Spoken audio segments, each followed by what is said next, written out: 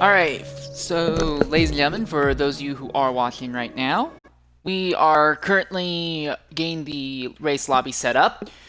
XRL does a very simple way of qualifying. It's a perfect mimic of what you have in real life qualifying for Formula One. It's 3 groups. The first group involves all 20 drivers. and then it goes down to about 15 drivers for the second group, and then you get 10 drivers for the final group of qualifying, and the field is set up like that. Qualifying is full length, the race itself will be half length. So I do hope that you guys are ready to go. I imagine qualifying will be starting here in about 2 to 3 minutes. Not quite everyone is loaded into the lobby yet, and it's not quite time for the race itself for the qualifying for the race itself to get underway, but we will be here right here for you when it gets underway.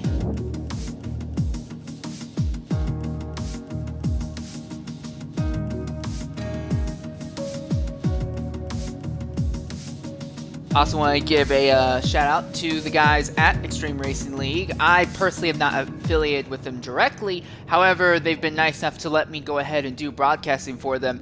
And honestly, it's been a very, very, very great time every single time I've been able to do this here.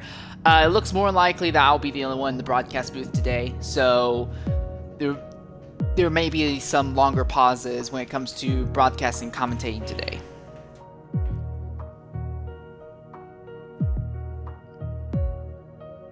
But we should be underway in about between 2 and 5 minutes.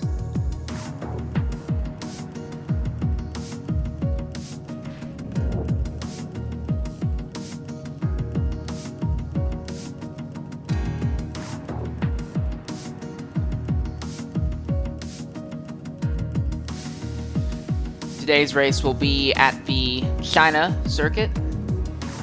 And just in real life, just want to say for those of you who are interested in world events, just keep your thoughts and prayers to the citizens of China. They've been dealing with some really extreme flooding thus far this year, so hope just send some good vibes that way, so that way they're hopefully a little bit more able to get through this tough year for them.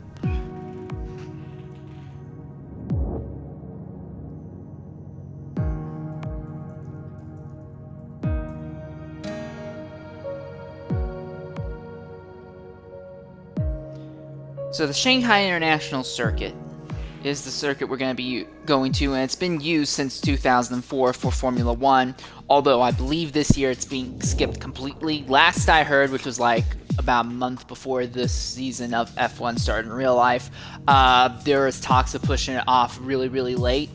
It may have been canceled, may not have, but either way, it has been used for every year in real life Formula 1 between 2004 and 2019. This is another Hermann Tilke circuit, and it is I won't say a super unique track, but it's definitely an interesting layout just looking at. There are a lot of long straights and technical corners, and there's, for those of you who are interested in like DRZ zone passing and overtaking, this circuit really lends itself well to it, both on the main straightaway and what I would at least call the back straight, which is in between turn 13 and 14. In fact, I would say one of the most interesting places to watch will be between turns 12, 13, the long straight, and then turn 14, because you have a really, really tight corner that gradually gets wider and wider, followed by a really, really long straight, and then an extremely, extremely difficult to navigate hairpin. So that's something that I myself would highly recommend looking at. But we will be getting underway very shortly here. I believe just about all of our drivers are ready.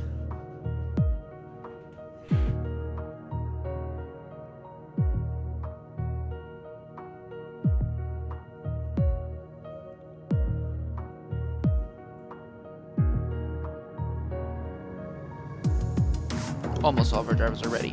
We should have 20 drivers. It says that we're going to start in about 10 seconds, but it seems like we're only going to have 18 people on the track.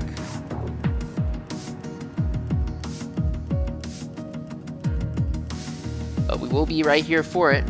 13 drivers are ready to go as we begin loading up China for our first round of qualifying here for the XRL X3 series.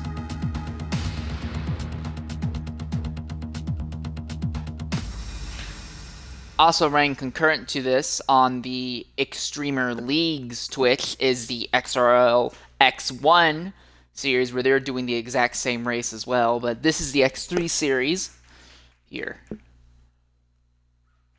XRL is divided into 3 categories. X1 is basically considered the top one. Then you have X2, which is basically the equivalent of the NASCAR Busch Series or Xfinity Series, and then X3, which I guess you could compare to the NASCAR Truck Series. All 3 are important regional, or in this case, global touring series in a virtual sense, but all 3 of them have radically different drivers throughout. There's very, very little crossover when it comes to drivers between the 3 series.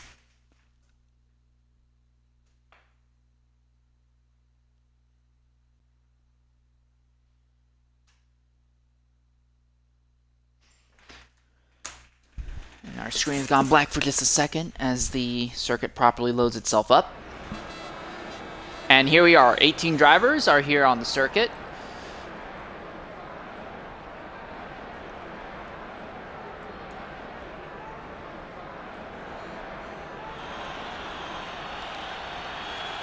As the clock is now underway, it's 18 minutes in Q1.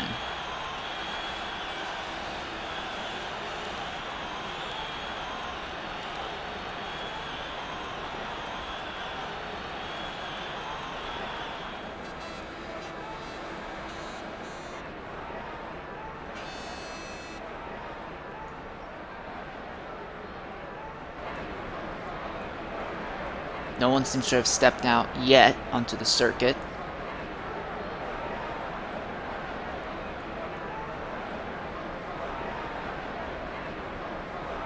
And we may have our first driver coming out. And yes, there we are. Our first car has come out onto the circuit. I'm trying to see who that is. There we are. And it is Yoyix in the Williams number 2. As he is entering turns 1 and 2 right now. So he's underway here in a nice downhill technical section, getting the car up to speed. He is out on the soft red tire compound here. And he is the first one out as we now have a nice little train of cars forming out. Both of the racing points are out there, as well as...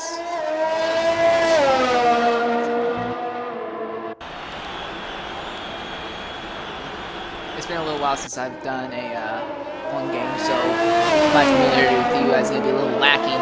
But the Haas's are also out on the track right now. This here is Jamie W2792. Probably just refer to him as Jamie for short going forward. In a very, very nice, simplistic black, red, and white scheme. I absolutely love how this thing looks. I just absolutely love Haas's designs in general. Even if their results haven't been the greatest in Formula 1 since they've joined, I do think that they've always had some very nice looking cars. So that's nice to be able to see them on track here.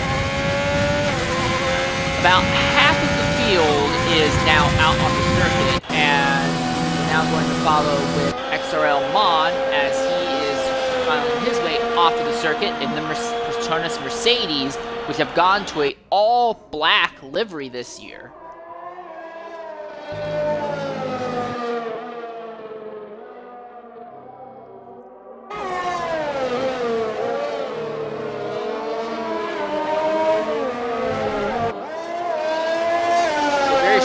Start seeing lap times going up on the board. Everyone has got the first few people who've gone out have now completed their out lap, so they now are at the time where they can start setting down laps. Obviously, they're going to be proper and clean laps, but right on board with the Mercedes here.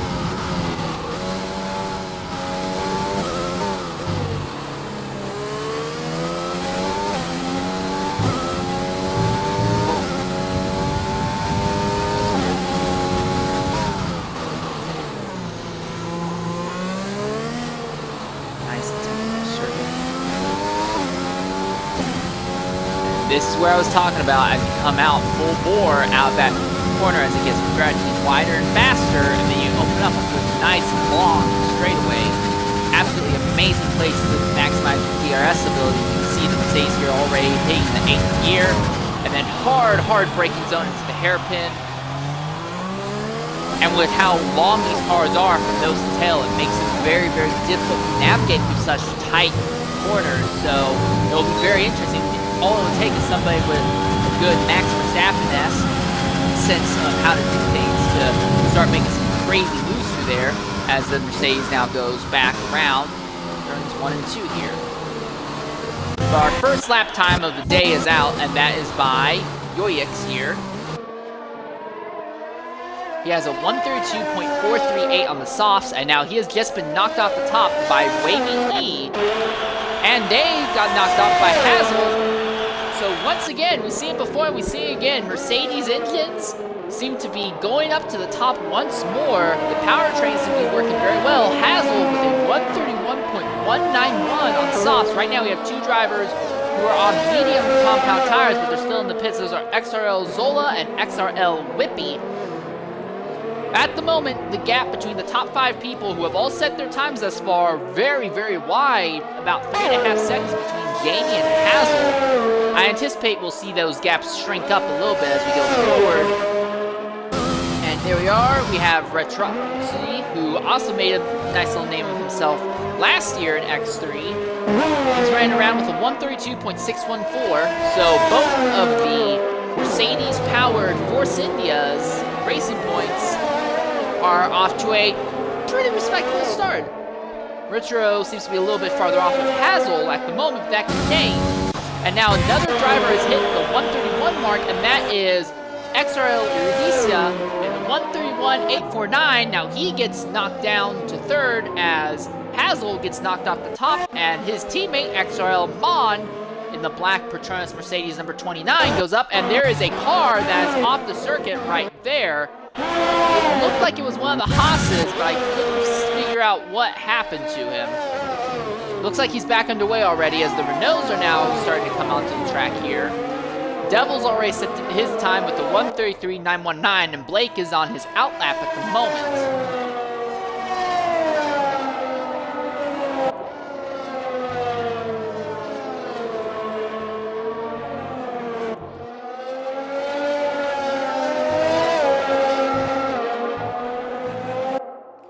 There we are. Looks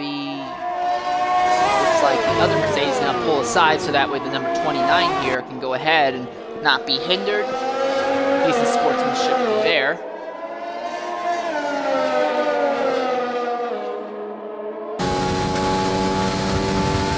You can see off the back of the Mercedes Petronas machines, the DRS is enabled down this long back straightaway. And now they close the DRS back up, and through the hairpin, you can see at these lower speeds, even the Mercedes, which is considered to be one of the better set of cars in the field, seems to be a little bit, I don't know if I'd say squirrely, but a little bit awkward through there. It's just goes to the nature of how large these cars are. But these cars are so large because it enables the teams to have a better control over the aerodynamic sensibilities of the car. So that's something to definitely take consideration of. You basically are sacrificing a little bit of the very, very slow levels of grip in very, very tight technical sections to gain massive amounts of speed and time in the faster corners. XRL Zola right now is on his outlap, and he's going to move by one of the orange McLarens. I almost said Aero McLarens. I'm an IndyCar guy at heart, so I apologize for that. Jamie, W2792, is out for another outlap, and we're about 10 minutes or so in, and something seems to have happened to Hazel. It says that he's retired. Now, I'm not quite sure what happened, but he's only got the second best time right now. Maybe trying to conserve the sauce. He only apparently got one clean lap in. 131.191. I'm not sure if he retired or if there was an incident involving him that forced him to drop out. But he is off the circuit, so the 2 fastest cars on the track right now are the Mercedes of XRL Mon and XRL Eurydicia. And you can see there, XRL Snake is being brought back into the circuit. Only one driver right now is running on the medium compound tires, and here in the AlphaTauri, it is XRL Zola. I believe he's on his outlap right. Either he's on his outlap or this is his first full-on lap that he may have dirtied early on.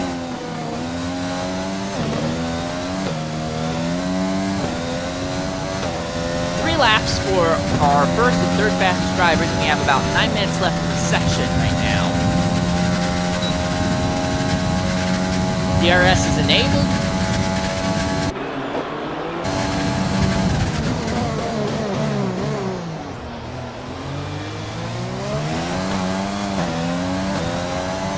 That's it. Thank you. Ooh, a really sideways coming out of that final corner. The car wasn't quite straight coming out of the hairpin as he put the power down, got him all nice and swirly. Now Zola has put a lap time down at the 133.345, but he lost a chunk of time there in the very last corner. He's going to have to try and maximize his time this lap, and even then he's still going to be hurrying a bit because the way he got sideways coming out of that corner like he just did there also is really going to harm his ability to maximize his speed on that straightaway. And that also is going to hurt. So not only has that little instant hurt that lap that he finished, it's going to hurt this lap that he's on right now. That rear of that car does not seem to be very well planted. It's stepping out quite a bit. You can see him fighting the wheel. Again, at the higher speed corners, he seems to be in a pretty decent position, but the moment you start getting to anything nice and slow speed, and then you start gaining on the power early, the rear of that car starts sliding. You can see it wanted to step out there, but it was able to keep a hold on it that time around. These yellow medium tire compounds, and now once again, through this really, really technical section, you gotta start putting the power down. He wants to enter onto the straightaway with maximum throttle. I would say that was a perfect there, and there is something wrong with XRL Zargo. The car seems to have slowed down significantly at the ending part of Sector 1 and start of Sector 2. I'm not sure what's happened with him. I wonder if there's wing damage.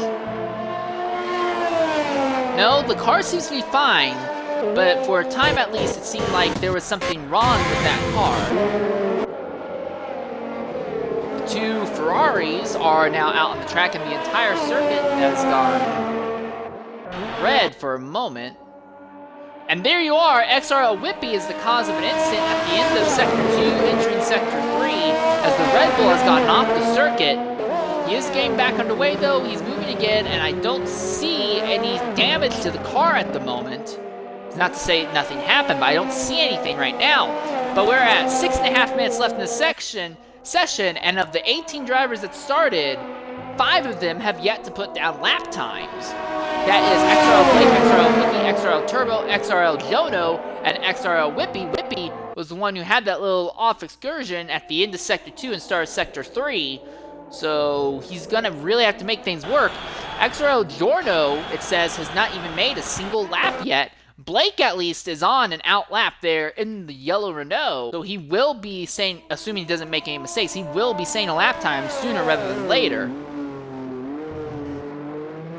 But at the top, it's Mercedes Power 1, 2, 3, and 4 as the Williams comes up to 4. So the Mercedes powertrain really showing its strength in F1 2020 as it did in F1 2019. Mercedes engines hold the top 4 Mercedes factory team, with XRL Mon and XRL Rhodesia holding first and third respectively. Hazel only set 1 lap and then retired. Again, I'm not 100% sure if it was a incident on circuit or if he just decided to retire early to not burn himself and burn the car down, but he is first in rep lock in a second.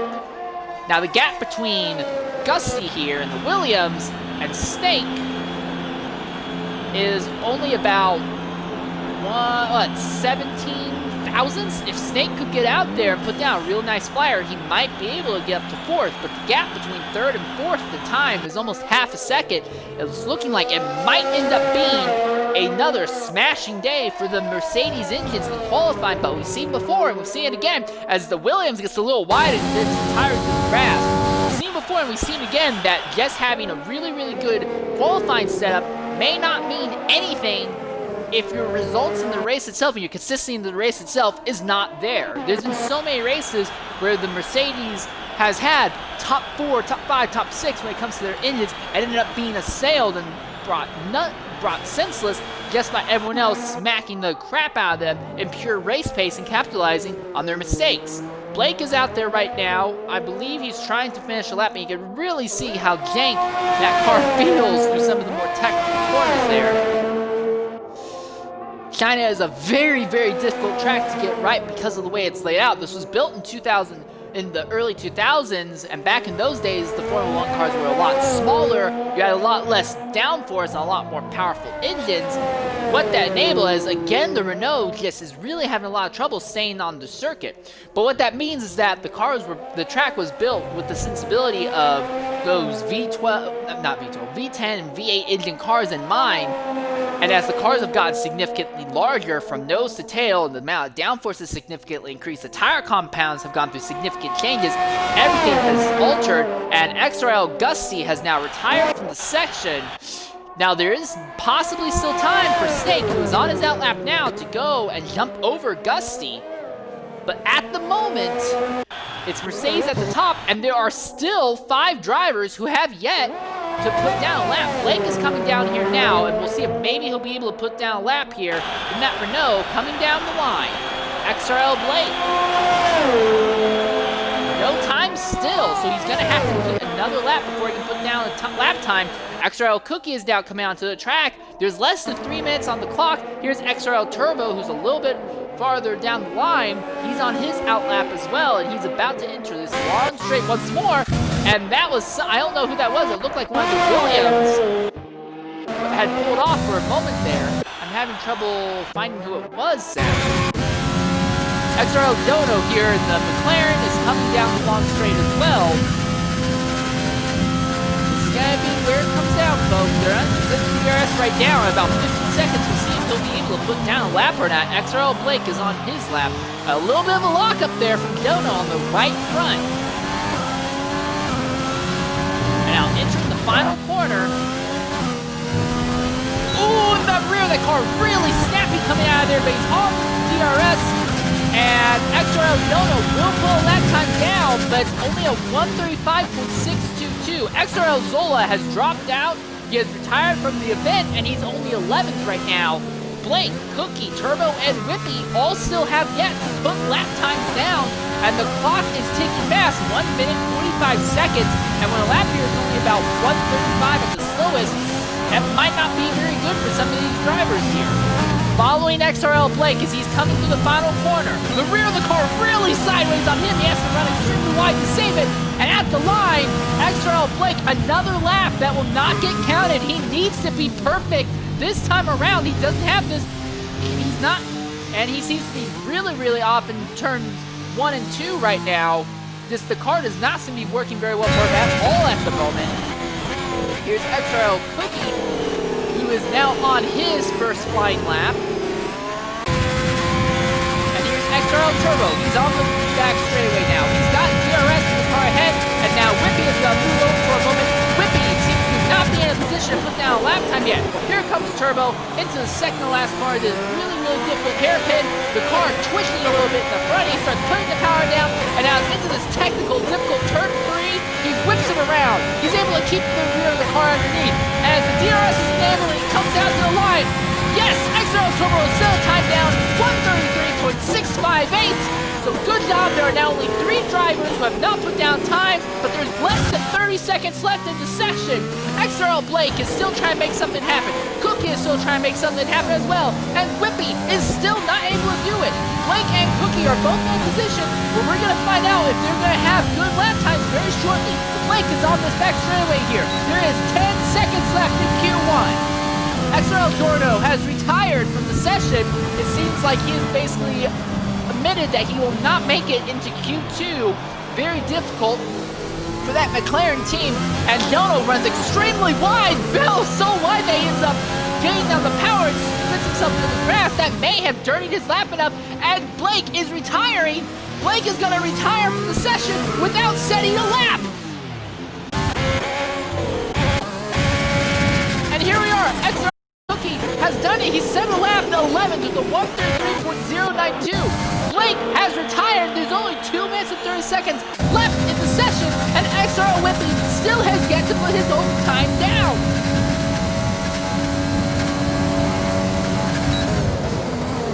Coming down the straightaway, he's right behind XRL Turbo. A little bit slow going through that corner, not very confident in the throttle application. Turbo pulls off to the dirt. Oh, and there we are! Blake is, Whippy is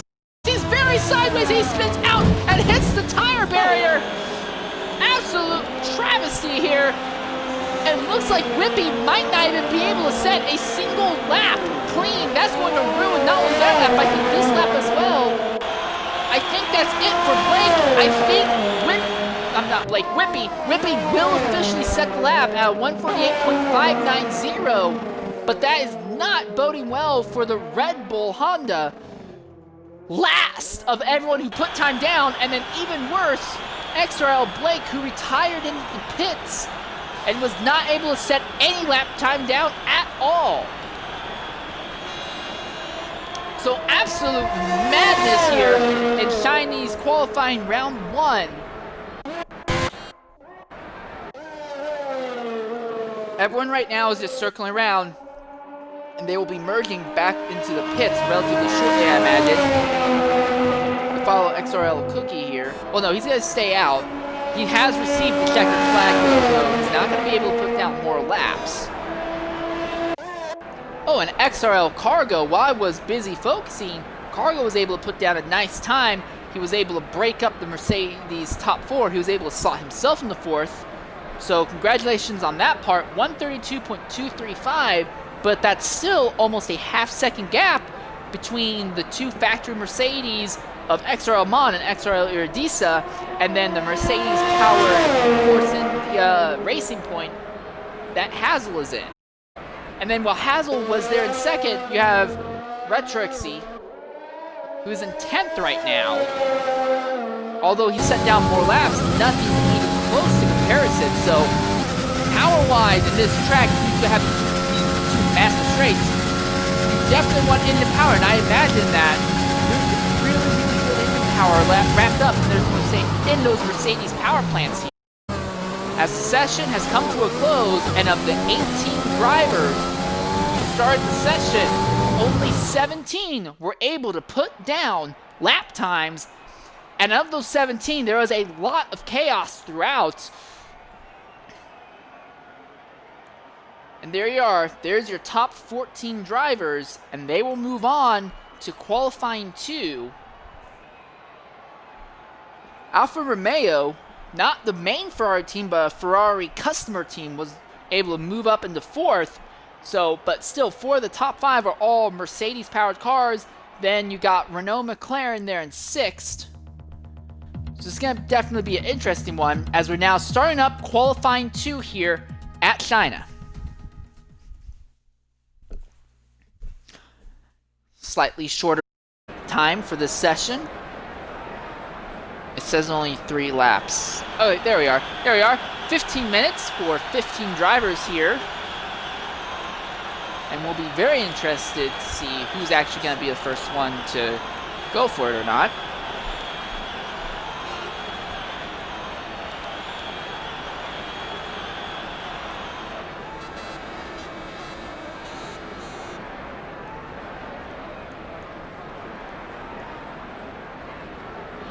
And there we are, 2 drivers are out right off the bat. So who were those? That was... There you are, it's the Williams of XRL Gusty, and the Hazel is out there as well. So it'll be very interesting to see. It looks like there's not going to be nearly as much waiting this time as there was in Q1. A lot of drivers jumping onto the track right away.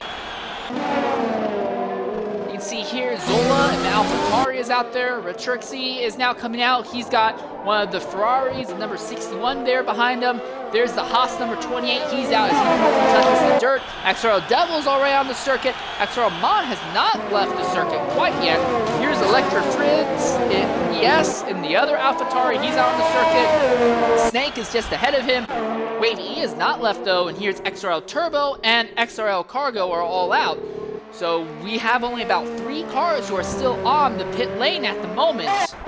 But real quickly, we're going to go ahead and take a quick look here at Gusty as he's going to be coming around here.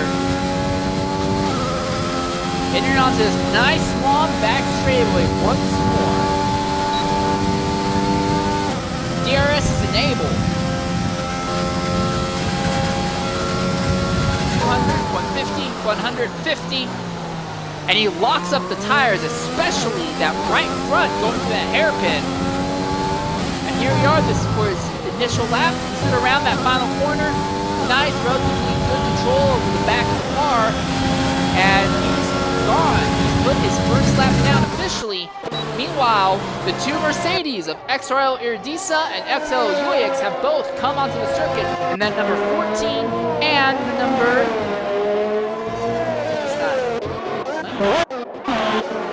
Number 14 and the number 29, there we go.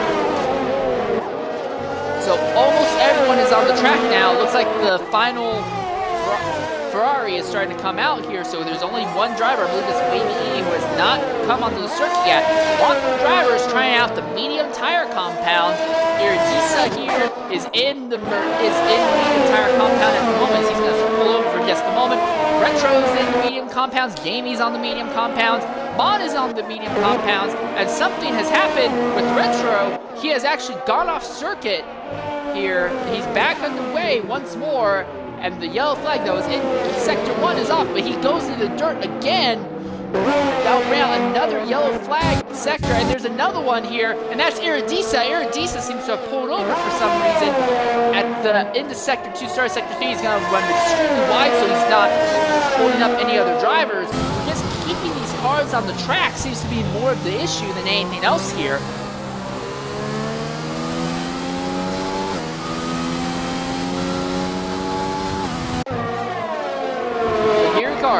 Here we are, XRL Augusti, potentially saving the first lap of the day of the Q2, 132.073, immediately smashed by Hazel with a 131.089.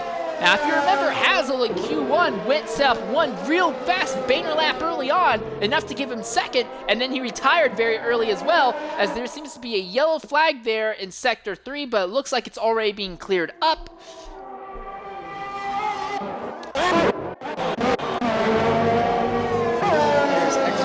Devil, he's now merged back onto the race circuit here, and he gets the rear tires into the dirt just a bit.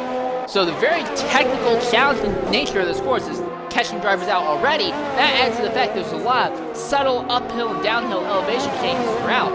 But here we are, we're not quite 5 minutes into the section, and over half of the field has now set their lap times, but it's really, really rough for Retro, who basically has to make up 15 seconds just to start competing with the other drivers who have set times yet. Now, Hazel, as we said, he's at the top. XRL Snake, he's not a Mercedes, that is a McLaren running the Renault engine power package, 132.043, but he has really pulled off here. I'm not sure what's happened to him.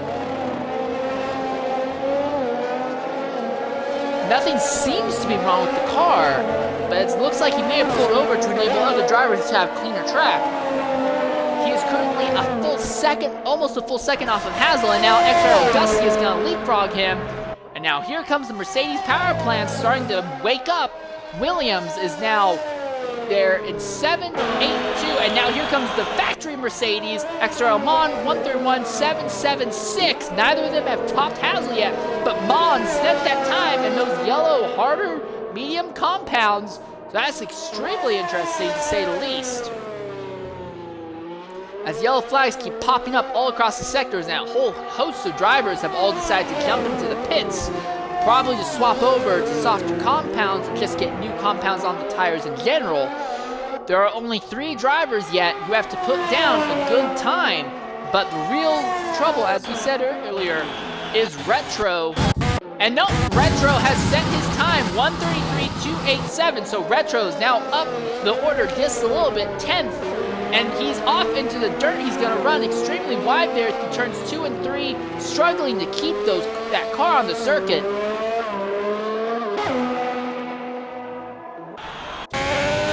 Wavy E is out on the circuit right now. He has yet to set a lap time.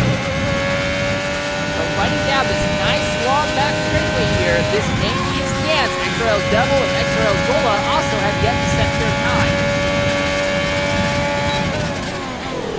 Right now, Jamie and Turbo both need to take off anywhere from a second to 2 whole seconds just to be able to make it into Q3 right now. And that's assuming that these other 3 drivers aren't able to leapfrog them. So here we go, Wavy E, so close to get so far, 134.222, and moves into 11th on the board, but he's still roughly a second away from 10th place in Retro. So a massive disparity when it comes to single lap pace seems to be pulling out from about 10th on Mash, and then another similar one seems to be happening between the faster Mercedes engines at the front and the faster drivers of everyone else. XRL Zola here trying to make a nice little res. He enters one of the hairpins. Here's XRL Devil a little bit farther back. Both Zola and Devil are on their outlaps right now. Here's XRL Turbo. As he's entering turns 1 and 2, he needs to take off 2 seconds if he wants to be able to compete for Q3. Roughly 7 minutes and some change left in Q2 right now.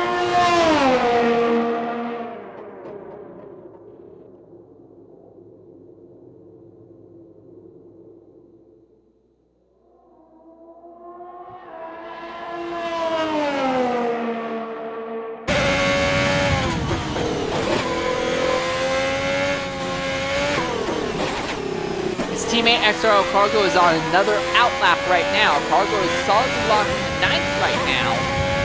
And there's a decent gap in time between himself and Retro. So I don't imagine Cargo will be easily overtaken. But again, anything can happen. Zola and Double may be holding back and waiting to spring their good lap times very late in the session.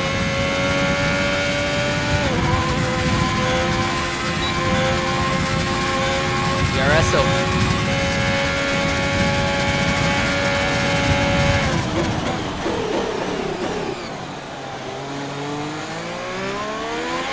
Yellow flag there in Sector 1. I'm not 100% sure what happened. I believe it had to do with this driver we're on with now, Wavy E. But we are back underway here.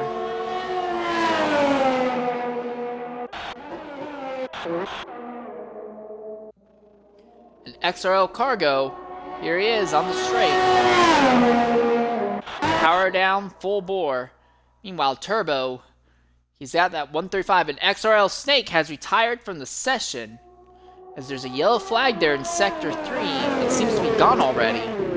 He may have had an incident that dropped him out, and I might not have seen it, regrettably.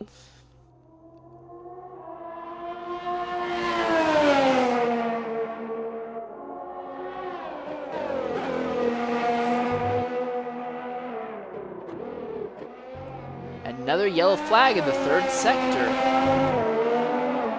But Hazel, Gusty, Snake, and Cookie have all retired from the session right now. The only driver who has set a time in the top 5 right now is XRL Mon. So I think, oh, and Zola, I'm sorry, Zola is now going to jump himself into 2nd on the boards.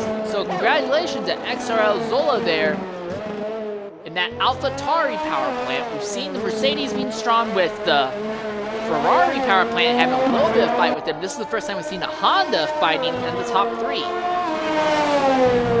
But now all 15 drivers have put down a lap time, and for XRL Turbo, it's really not looking good. The gap between himself and 15th and 10th place XRL Cargo is roughly 3 seconds, and there we are. Turbo is going to make a little bit of a move up now. It's not a lot, but there's some improvement. He's now at 133.6. While 10th XRL Cargo is 132.6. He needs to find another second as we have another yellow flag in the sector. Here's the Renault of XRL Devil as he is off the circuit for some reason. As he's going to try and merge back on when the track is nice and clear. His rear tire is smoking as he puts the power down.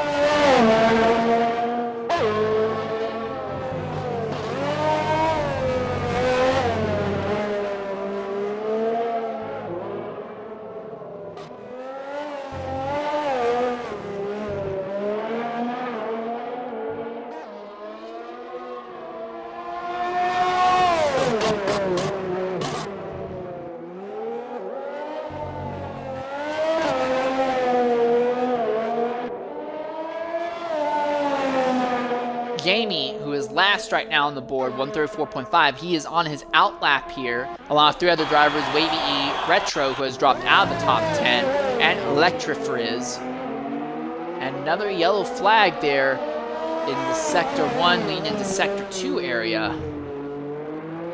They act like it's something dealing with Electrifrizz, but we're riding on board with them. We don't see anything. Here's XRL Devil. He's going to come back in. It looks like he may be aborting everything and may have given up on the dream to hit Q1. XRL Cargo is in the pits right now. That he has swapped his soft tire compounds. So he may be coming out shortly to try and put down a nice hard baner. The gap between Cargo and Retro for 10th and 11th is about 6/10. I'm not saying that it can't go away, but I am saying that if I was in Cargo, I wouldn't switch too heavily, but he obviously seems to think otherwise. He thinks that Retro is a little too close to him. So see, car is merging back on the circuit. The Alfa Romeo coming back onto the track here to try and improve his lap time. Of the top 6 drivers, now top 7, I'm sorry, 4 of them have retired, but a new driver has taken the top spot with the fastest time we've seen yet in the Petronas. Number 14, it's XRL Iridisa to the top. Absolutely outstanding job by him. The gap between himself and Hazel is roughly about 2/10, and Hazel did drop out. He retired early on. So it's unlikely he's going to be beaten. The gap between himself and XRL Zola, who is the next fastest person on the circuit, is roughly 6/10 of a second for that AlphaTauri. And when considering how strong the Mercedes power plant is, I wouldn't be putting my money on it right now. Less than a minute and a half left in Q2. XRL Turbo has dropped out of the event here. And now Jamie may have a chance to try and come up a bit. He's on the straightaway here. Full power down.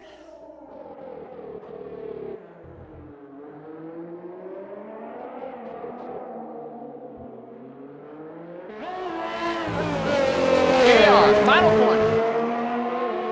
Car's a little bit skittish in the rear, but the power down. Jamie's got to come across the line, and nothing changes. The lap must have been invalidated as there's a yellow flag for this car, the AlphaTauri of Electrofrizz. And there's Retro. Something has happened to Retro. He has pulled off the circuit completely. Now he's starting to get back underway here. But he pulled off completely there for a moment in Sector 2. And so for our 4th fastest driver thus far, he's going to pull off again. There's 15 seconds left in the session, so I think Retro's probably going to have to give it up. And XRL Zola, who is 3rd fastest, has officially retired from the session. XRL Cookie has also retired from the session. Yoyix is in the pits right now. I don't think he's going to have time to do anything. The real question is going to be, what can XRL Cargo do? Electrofrizz and Jamie, can they find a way to knock Yoyix out from 10th position?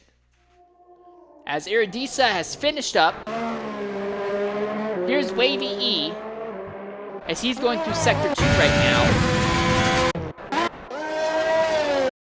Retro is going to dive right into the pits. He's not looking to fight with it for a moment.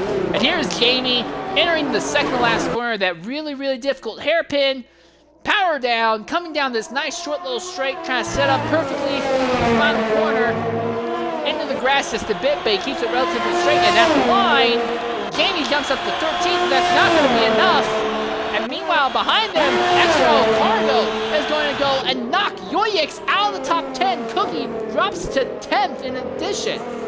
So things are happening, and here is Electrofrizz as he rounds, coming onto the long, high-powered back straightaway in the AlphaTauri. He's going to make the Honda engine burn everything he's got in an attempt to try and knock Cookie and Yoyix out ahead of him.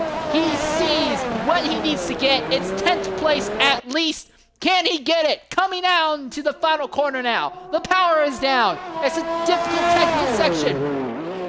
And he's going to abort the lap, and he is going to instead decide to come into the pits. So Electrofrizz realizes that the lap was not good enough. He will not move on into Q1. XRL Cargo is out there. He will make it into Q1. Wavy E has already come into the pits. He will make it into Q1. XRL Mon, he will also be in Q1. Retro will be in Q1. Iridisa will be in Q1. Basically, everyone has completed their laps right now. Here's XRL Cargo, who has already completed his lap. And here's Jamie, who also has already completed his lap. The two of them will have to come in to finish up their lap by entering the pits and bringing an end to qualifying 2. No, okay, I guess the AI is going to make it stay out and win a lap pointlessly. Cool. Excellent job, Formula 1 2020 AI. Very smart. By the way, the point stands is that we now know the 10 drivers who will go into Q1 here. And it's been very, very obvious throughout both Q1 and, Q1 and Q2. I keep saying they're going to Q1. They're going to Q3. I'm very sorry. It's very obvious from the 2 qualifying sessions we've seen thus far. The real challenge is keeping the car straight and on track in the final corner, and then to a lesser extent throughout the first few technical downhill sections in Q1. It's very, very difficult to make everything work. And if you make a really bad mistake in that final hairpin in the last corner, and you end up harming your car's ability to put the power down, you're really not only ruining that lap time, you're ruining the following lap as well, as you're not going to be entering the next lap with nearly as much power.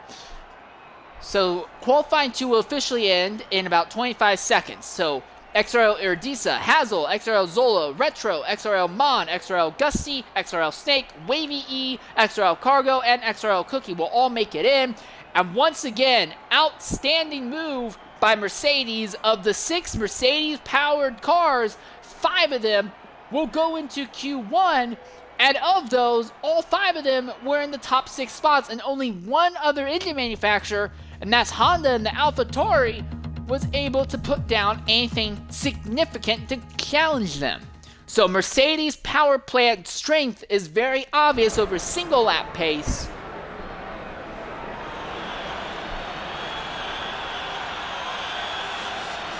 It'll be 12 minutes in qualifying 3. No one has come out yet. Hazel, Iridisa, Gusty, Cookie, Zolo, Retro, Mon, Snake, E, and Cargo. All waiting to see who's going to be. But mathematically speaking, the odds for a pole position is on the side of the Mercedes power plants. And honestly, I would say at least it's either going to be Hazel or it's going to be one of the factory Mercedes of Iridisa and Mon. So here's Retro. He's going to be the first one out here on this outlap now.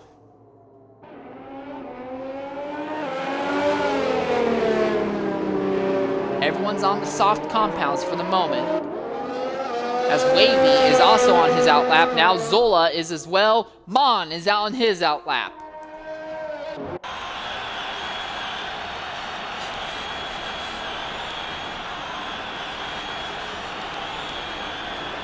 Cargo. Outlap begin.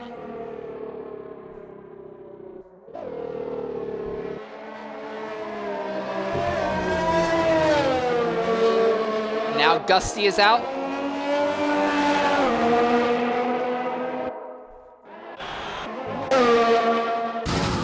Here's Retro as he's entering the nice, difficult technical sections that gradually open up and become faster and faster and faster, entering onto this nice long back straightaway. Almost 270 degrees worth of turning before you enter this back straightaway. It's a very, very difficult set of corners to wrap your mind around. Here comes Retro down the straight. And that number 21 BWT Force India Racing Point. He's going to start his lap shortly. Everyone's running soft tire compounds here. Power down. And there we are. Retro has now officially begun his first lap. He has about 9 minutes and 35 seconds to get it done.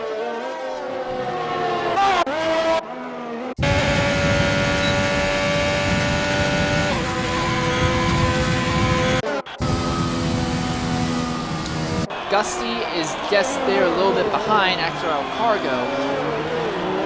Hopefully Cargo isn't going to end up upsetting the aerodynamic flow by being ended up too close and end up harming Gusty's run here. As the Mercedes power plants once again, the strong story of the day, and the other one is that not a whole lot of experimentation with tire compounds. Almost everyone has relied on the softs for single lap pace, we have seen a few drivers, like I believe Zola and Mon, both put out decent times with medium compounds, but nothing really to write home about. But anyways, here's the real kicker. It's Retro. This is his lap. Hopefully this lap will go into the books and we'll start seeing what everyone has the potential to put down time-wise. He locks up the tire, the front right tire, just a little bit, but here he is coming down to the run. Final corner. Power down. Nice and smooth all the way through. DRS open, and at the line, Retro to the top, 131.753. Started out, and now here's Hazel, and he has started his first lap, but Wavy E will overtake Retro, 131.641. Solo overtakes him with a 131.114. XRL Mon in the Mercedes factory team, 130.5. I think that's the fastest we've seen yet today.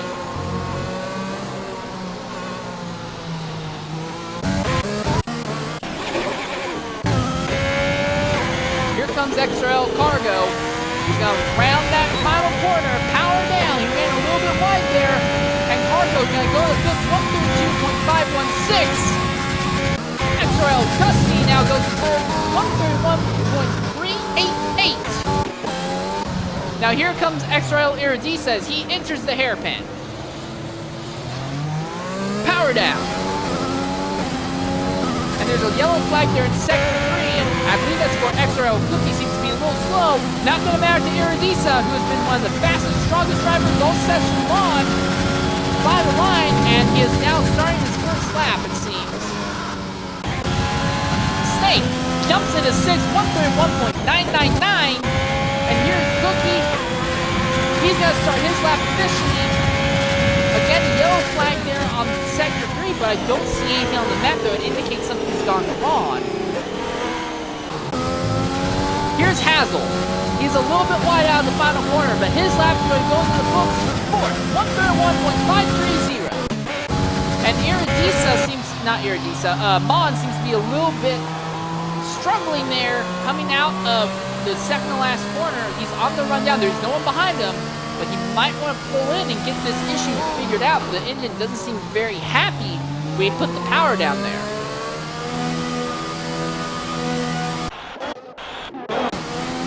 Here we are, Iridisa, one of the fastest drivers we've had all event long. There's also Cookie, who's coming down as well, just a little bit behind him. Cargo is coming around. He is going to complete this lap. Will he be able to better his time? He's at 132.516. It's going to stay at 132.516. Here's Iridisa as he has rounded the hairpin. About half of the drivers are currently in pits, probably trying to throw on new soft compounds or possibly retiring early. And XRL Iridisa jumps to second, 130.925, but he's still 4/10 off of his teammate XRL Mom. But we're looking at potential factory Mercedes lockout here.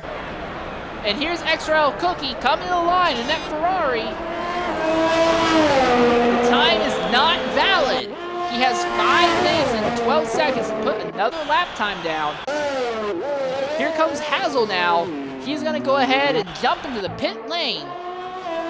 Meanwhile, XRL Cargo's a little bit farther back there. He's going to start entering this really, really tight 90-degree corner and then counter steers into a 270-degree, gradually expanding right-hand corner onto this mad fast back straightaway. DRS opens up now. There it is, it's open.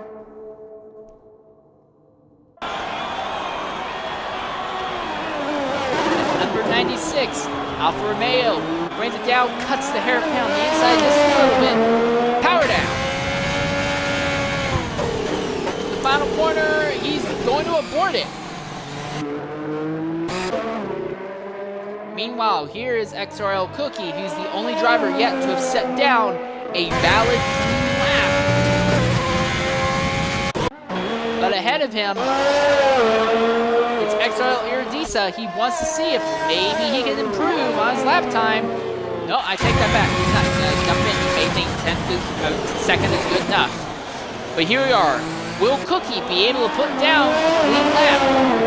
He's going to start 10th. It's pretty much guaranteed. But beyond that, what has he got? He's got plans to come to the pits.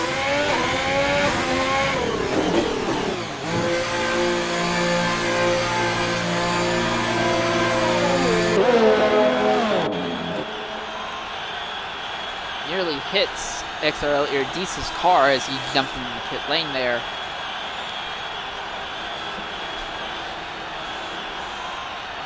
As work is being done, they're going to real quickly go spin that car in. Probably going to put new tires on, make sure everything's set up to maximum it can be, and then get underway here. Here is XRL Gusty. He's extremely slow coming out of the hairpin. Here, our power's down now. He's gonna whip it through. And Gusty, no lap time change. 131.388 still. A little bit farther back, here's Snake. He whips out of the final corner. Will he be able to improve his time? That's the question. Everyone right now is on either their first lap on new tires, or they're in the pits, or they're trying to warm up new tires. So it'll be just a little bit of time before we really start seeing drivers. Here's Hazel. He's on his outlap as well. And something up with XRL Cargo. He seems to be having a little bit of an issue there in Sector 2. He is back underway here. But here we are. XRL Zola is going to come into the pits. He's currently third. And the AlphaTauri Honda is still about 2/10 out from Iridisa in second.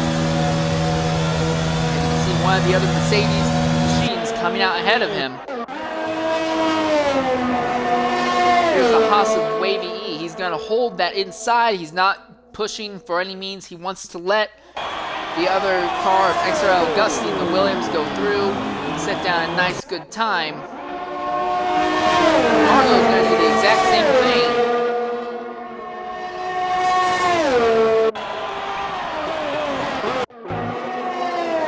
thing. Here's Wavy E, and at the line, he's going to start his flying lap. There's about 1 minute and 18 seconds left here. Snake rounds the final corner. Is he going to be able to improve? He's got a Mercedes behind him. Snake, 131.878 still. XRL Zola has retired from the session. And XRL Mon and Iridisa neither have improved on their times yet. Here's XRL Cargo going through the downhill sections. And here's Cookie. Still needs to set down some sort of lap time. He's coming down. Will this one count? No. Another lap with no counted time. This lap is going to be his last chance. And something has happened to Retro again. He has pushed the car too hard and has ended up in the sand trap there at the latter section of Sector 1, entering Sector 2.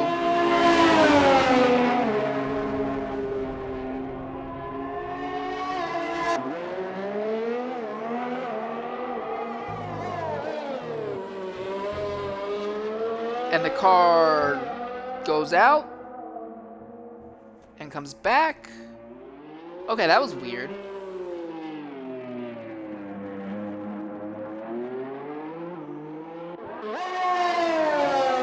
Here we are, Wavy E, and number 69 Haas coming around. Will he be able to improve on his lap time? Yes, he does. 131.47. He'll knock Hazel down just a touch. Here comes XRL Mom. He's been the fastest driver thus far. And he improves on it. He smashes his old time. 129.980. We've not seen anyone go sub 130 yet until now. Congratulations to XRL Mon. Absolutely outstanding.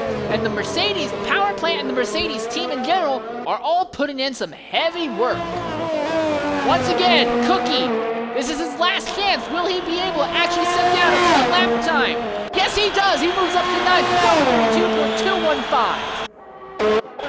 Hazel is going to kick Gusty back down. Hazel goes up into fifth, 131.326.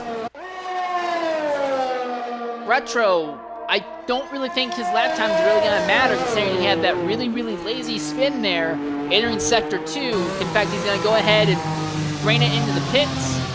So it looks like the session is over. Everyone has set their times.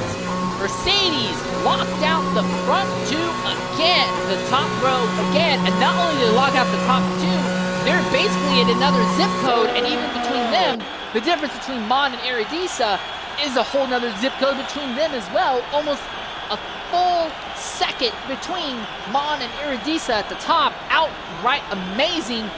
If the race comes down to a whole lot of single lap sprints, I don't know if anyone's going to have anything for the Mercedes teams, but as we all know, that's not how that works.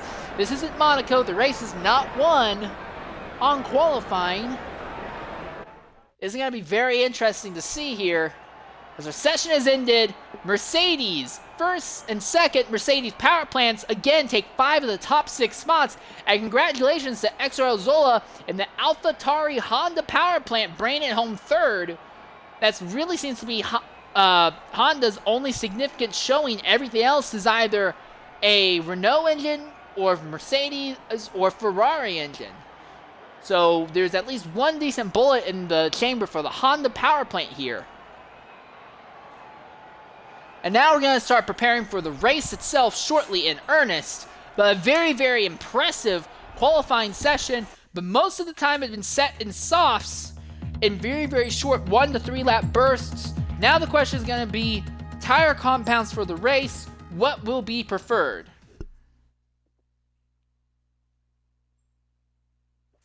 Oh, crap. 1 sec.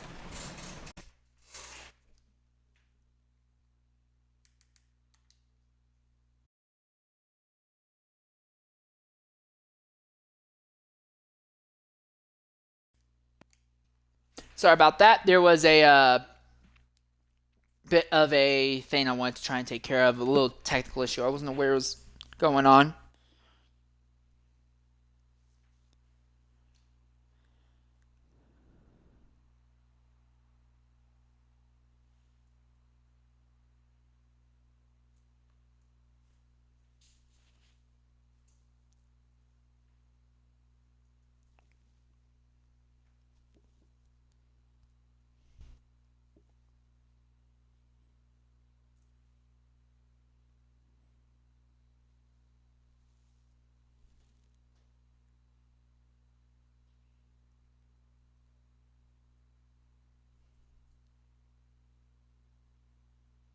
Currently in a break as they prepare to set up the next event, the main race itself. And the worst part is, it looks like there may be rain in the area.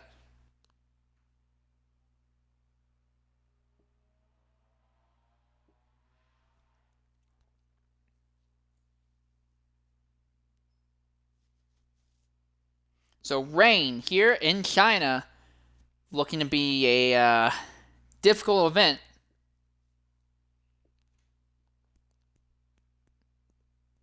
Here's hoping the rain doesn't end up further raising the water levels behind everyone's favorite hydroelectric dam here. But anyways,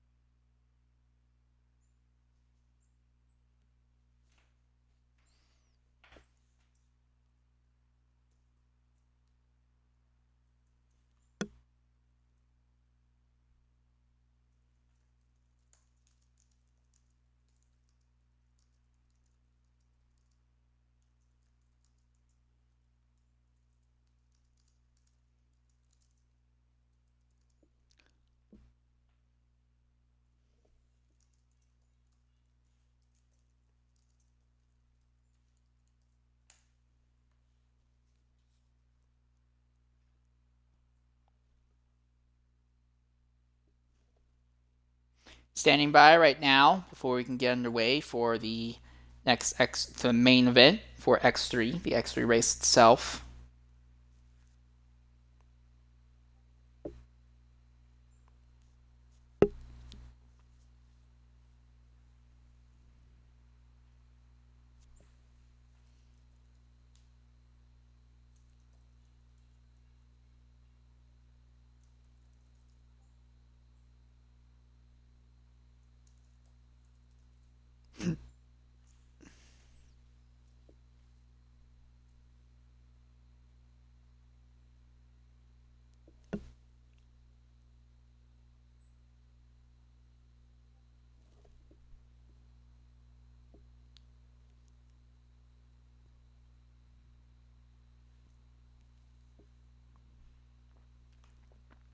So the big thing is, because as the race is going to start very shortly here, we're going to be looking at a wet racetrack. What?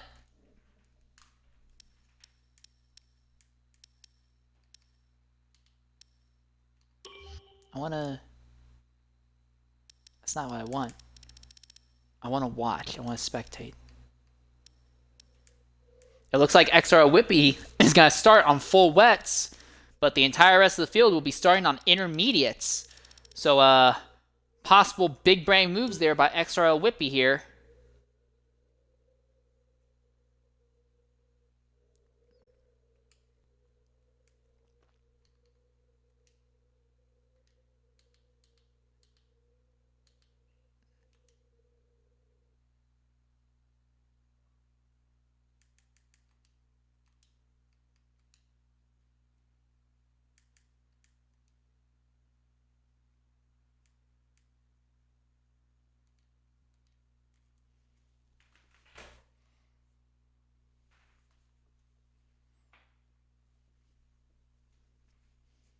This is weird.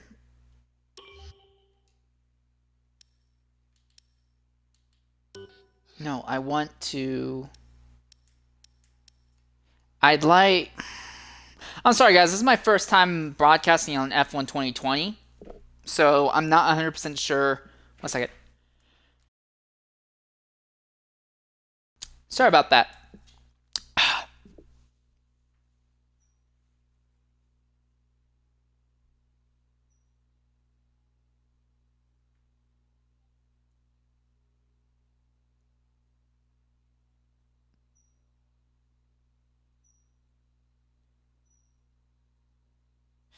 Why is it leaving me in the pause menu? Okay, I'm just bloody stupid. I'm very sorry about that, people.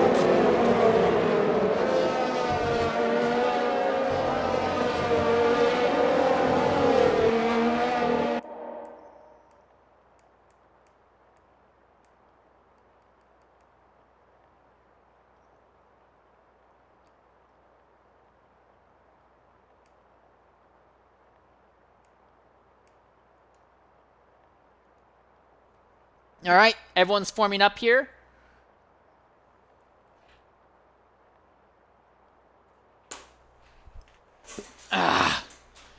It's going to be a rain race. Everyone is on intermediates with the exception of 17th place XRL Whippy, who spun out and wrecked in Q3. So, this will be very interesting here. Wow, that got weird for a second. And there's a yellow flag in Sector 3. That's hilarious. As lights out, and we're underway here at China.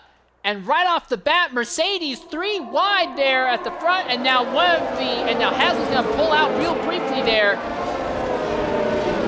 Oh, and there's a lot of contact and a lot of damage farther back in the field. Mon is dropping through the field.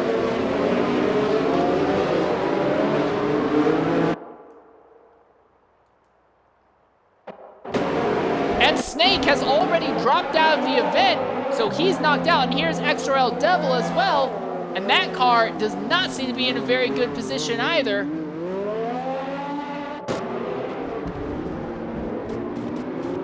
here's Whippy, and Whippy in the full wets has completely wrecked already and damaged the car. He slid back to 16, and oh, he gets hit by Devil. He stopped right on the racing line with the front wing, and Devil ended up hitting him, and I think that's gonna significantly damage both of those cars. You can see the significant chunk taken out of the front wing on Devil's machine. And here's Gusty now. He's back there behind XRL Turbo. So the decision to go for wets obviously may not have had any effect on this race.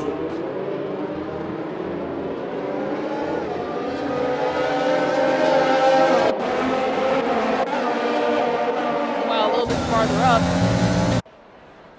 Down the back straightaway we go now. You can see an entire train of cars.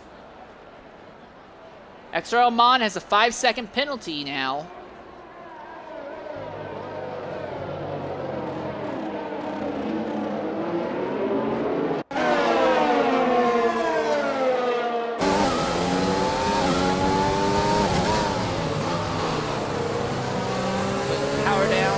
Very carefully as the rain is pouring out here in China. It's been a very, very wet season throughout a significant amount of central China, and it looks like that's carrying over into this race today this year. Mon is right there behind Retro, and Retro's a little bit behind Iridisa.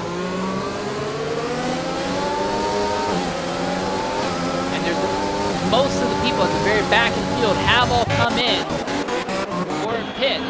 Meanwhile, a little bit farther back, Cargo and Gussie have both pitted for repairs. Retro has lost second place to Mon, so it's back to being the Mercedes 1-2 here at China.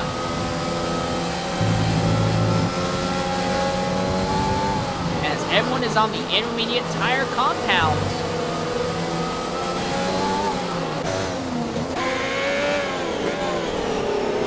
XRL Cookie, they're in the 5th position as Mercedes seems to be slowly walking away.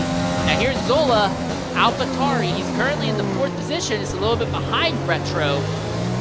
Now everyone's really close to each other here for 2nd, 3rd, 4th, 5th, and on back. So I'll be interested to see if the drivers in the back will be able to make anything out of a really, really massive boost to DRS potentially.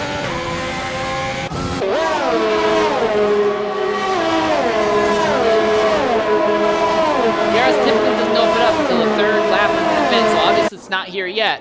But next lap, just saying, if the field stays nice and compact like we've seen it thus far, it could get very interesting. No one's really willing to make moves at the moment. Everyone's just trying to mind their own P's and Q's here. Very, very cautious through the final corner alone.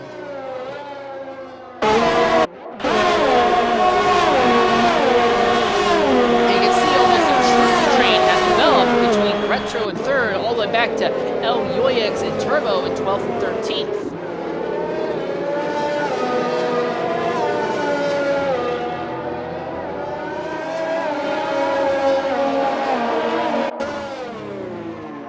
So here we are.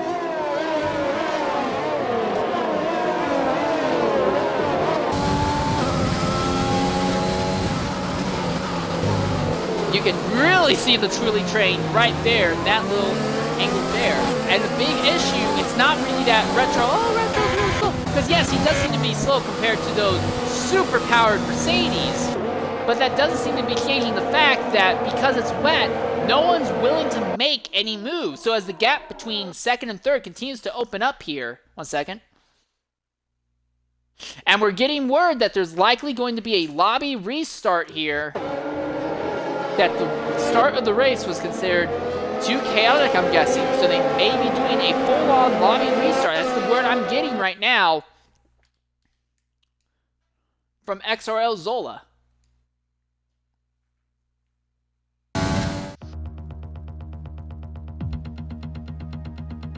So a very, very chaotic first attempt here.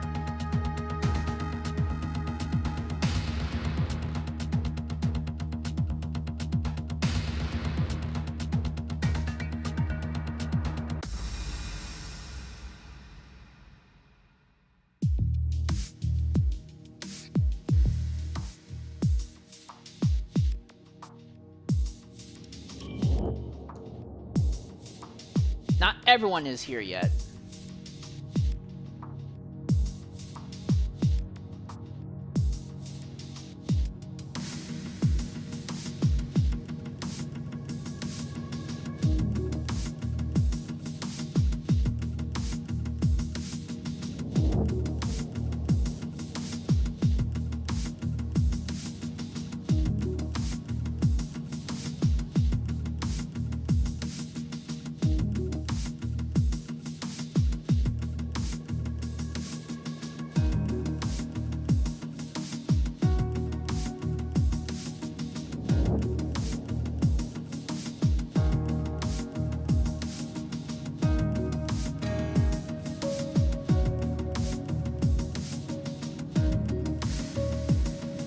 So as we're beginning to get the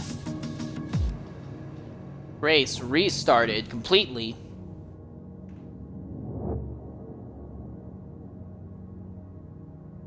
the wet weather combined with a very, very chaotic run down to the first 3 corners, and then the chaos has seemed to continue from there on. It was just a mess throughout almost the entire thing.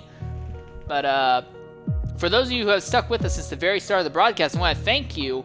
We had an interesting thing going there, but that seems to have broken off for just a moment as they're attempting to restart the race here at China.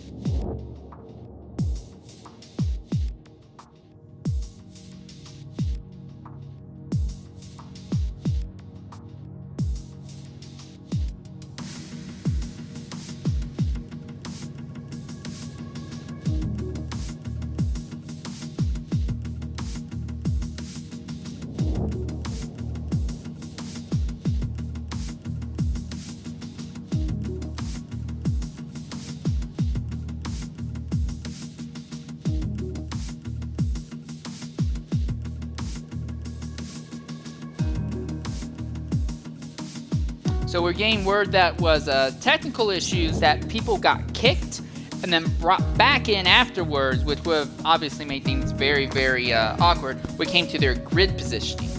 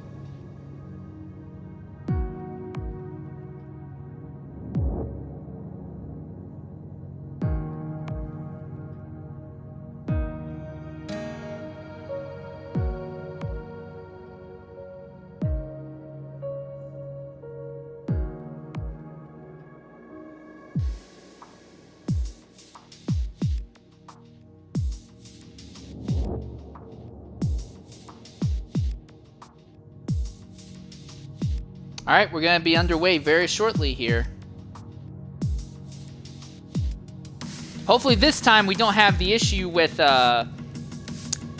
weirdness when it comes to the game not realizing where people should or shouldn't be. And again, thank you for sticking with us through this point. The initial start of the race ended up having to get redone because the game upset the grid ordering, but hopefully we won't have to worry about that this time. And the real question also is going to be, is it still going to be raining here at China?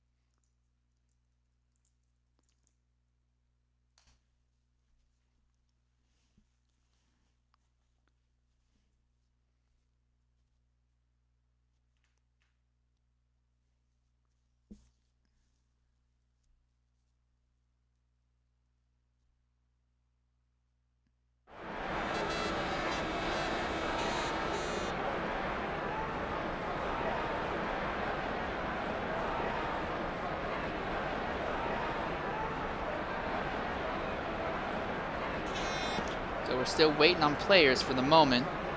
And yes, it is going to be raining. I imagine we will still have another formation lap, so we don't have to worry about having cold, wet tires on a wet racetrack. It would be really, really bad here.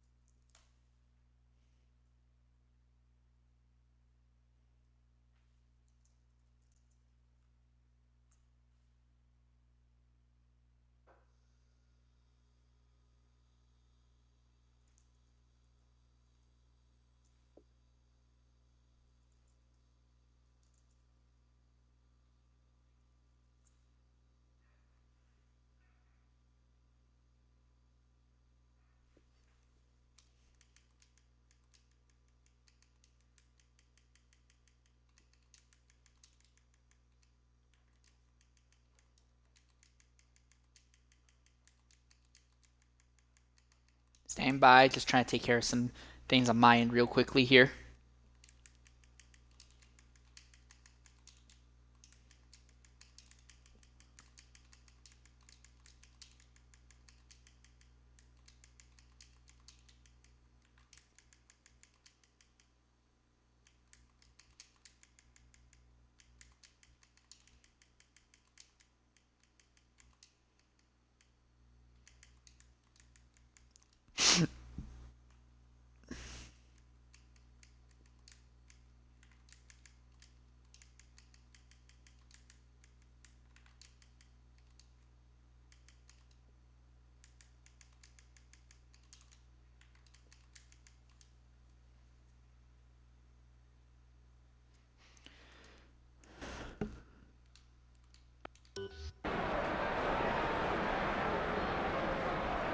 Standing by at the moment.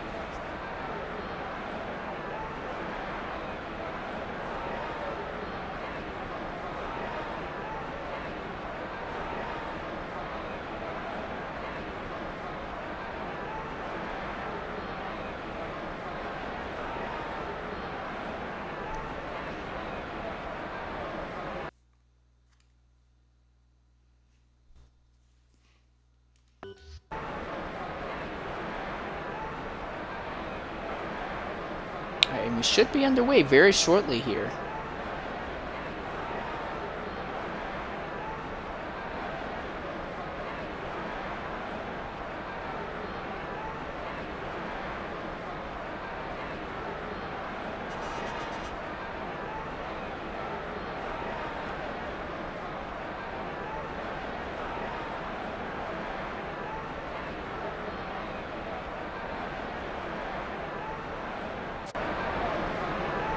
All right, here we are, and the Williams there in the third row is having a nice little bounce breakdown on his tires. But anyways, we're going to do a formation pace lap right away at the start, so everyone gets a little bit of a chance to warm up their tires a bit.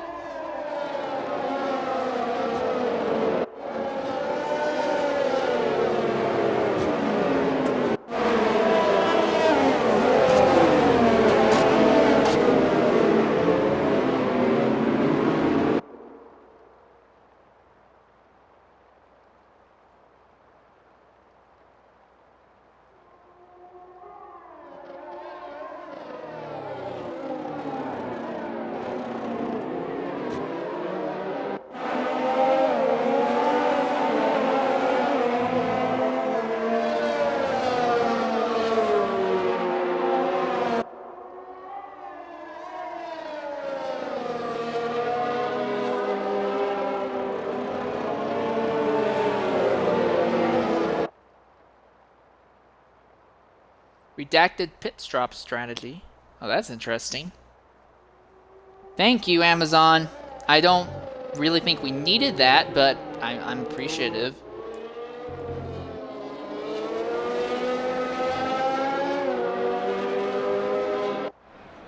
So this time, everyone's starting on full wet tires. No one's starting on intermediates this time around.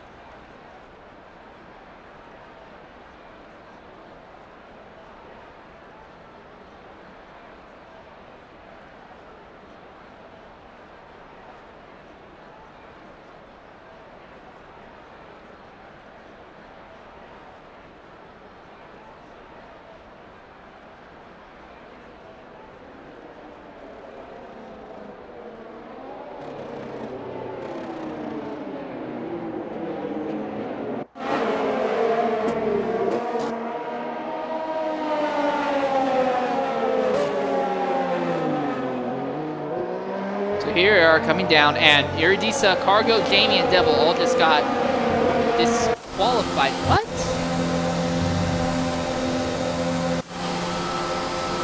What?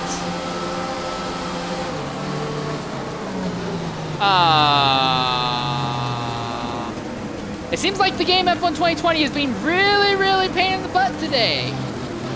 Yeah.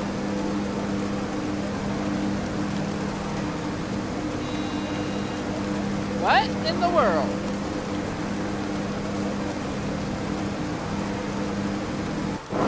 I'm more than a little bit confused here. And now everything's back. Alright, and it's lights out, and we're underway here at China once again.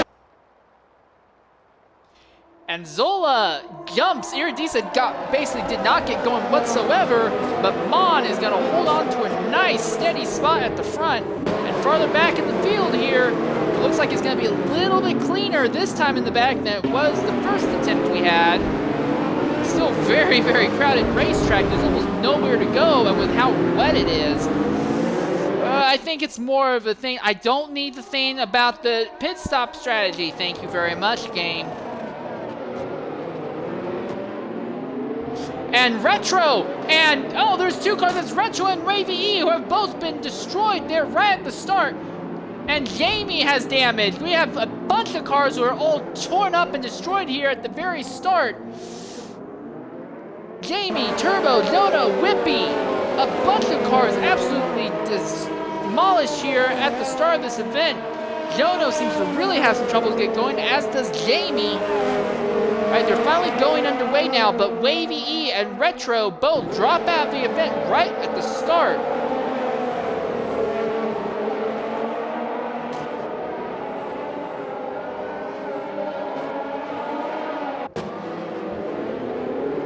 But now as we go back and look at the front, this time it's not Mercedes. Oh, there's a battle going on here between Williams and Ferrari for the 6th position.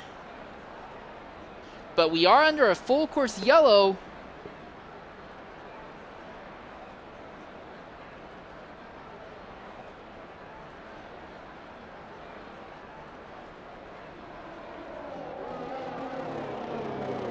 I'm guessing the yellow dot there in sector 1 is the pace car.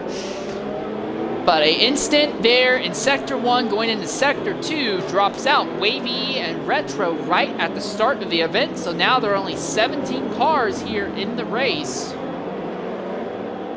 Jamie has damage, Jono has damage, I'm pretty sure Turbo and Whitley both also have some damage to their cars as well. Flying Wallaby is going to go ahead and make a stop. There's Jono and Jamie, they both will come in to repair the damage to their cars on this first lap excursion here at China.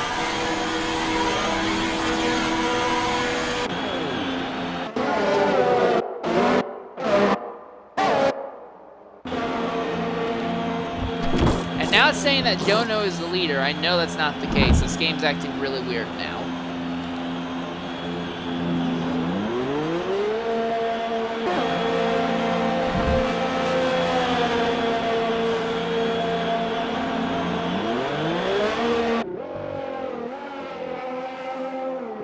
Very weird game. Very weird. This is our actual race leader, XRL Mon. I don't need to know the pit stop strategy game.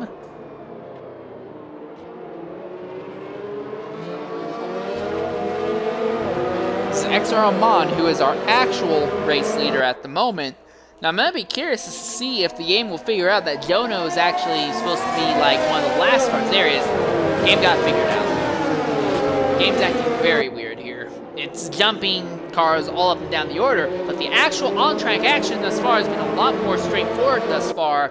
Zola did a very, very good job right at the start in that AlphaTauri and was able to bring the Honda power up into second right at the start.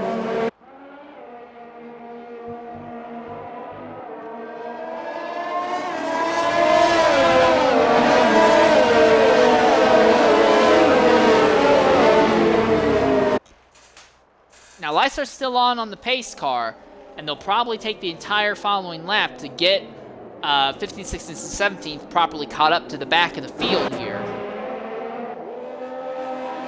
Here's the Haas of Jamie, McLaren of XRL Jono, and the Alfa Romeo of Flying Wallaby. Wallaby is going to enter the hairpin here.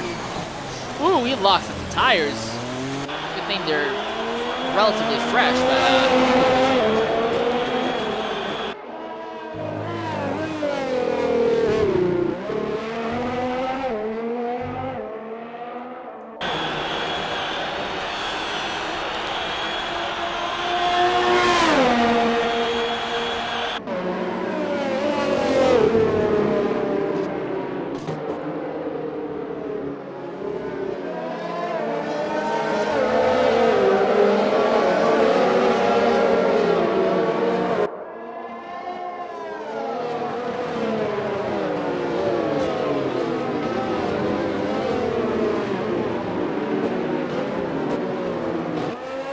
Wallaby has caught up. Here's Jono, and I imagine he'll catch up very shortly here.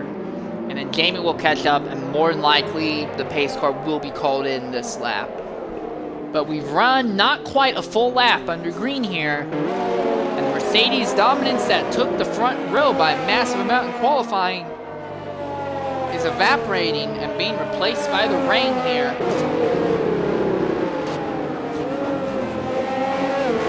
Here we are. Jono has just about caught the back of the field. There he is. He's caught them. And Jamie is right there with him as well. So I imagine pace car will probably come in this lap. There we are. Race control, safety car in this lap. 1 second. Need to take care of a brief technical issue.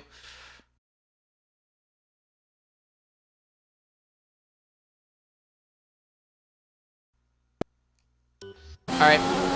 Sorry about that. I had a very, very brief technical issue on my end that I wanted to get taken care of there. But we're going to be riding on board with XRL Zola here on this restart to see if maybe he can do something to XRL Mon. Actually, you know what? Probably a better idea. We're going to watch from back here in the back of the field, riding with Flying Wallaby.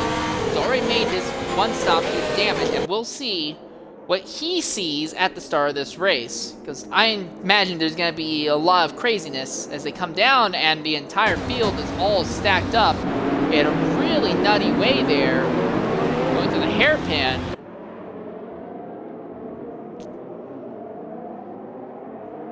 Well, okay. Anyways, they're coming down, and it's green flag in the air once more, and immediately moves being made by Iridisa against Zola a little bit farther back. Here's Cookie going up against Gusty, and it looks like Cookie was able to make the move stick. No, that wasn't Gusty, that was Cargo. But it looks like he was able to make the move stick there. But meanwhile, Iridicia falls off a bit from Zola after going through the more technical section in turn 1. Going down the line here, and into this hairpin. A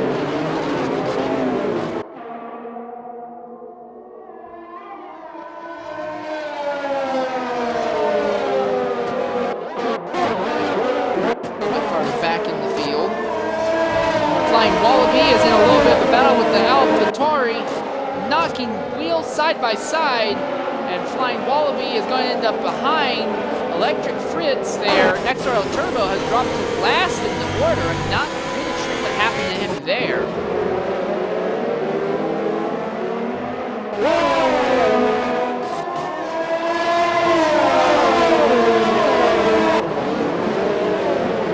Oh, and here's a move by Electric Fritz. He's going to make a dive bomb on the Red Bull of El Uick.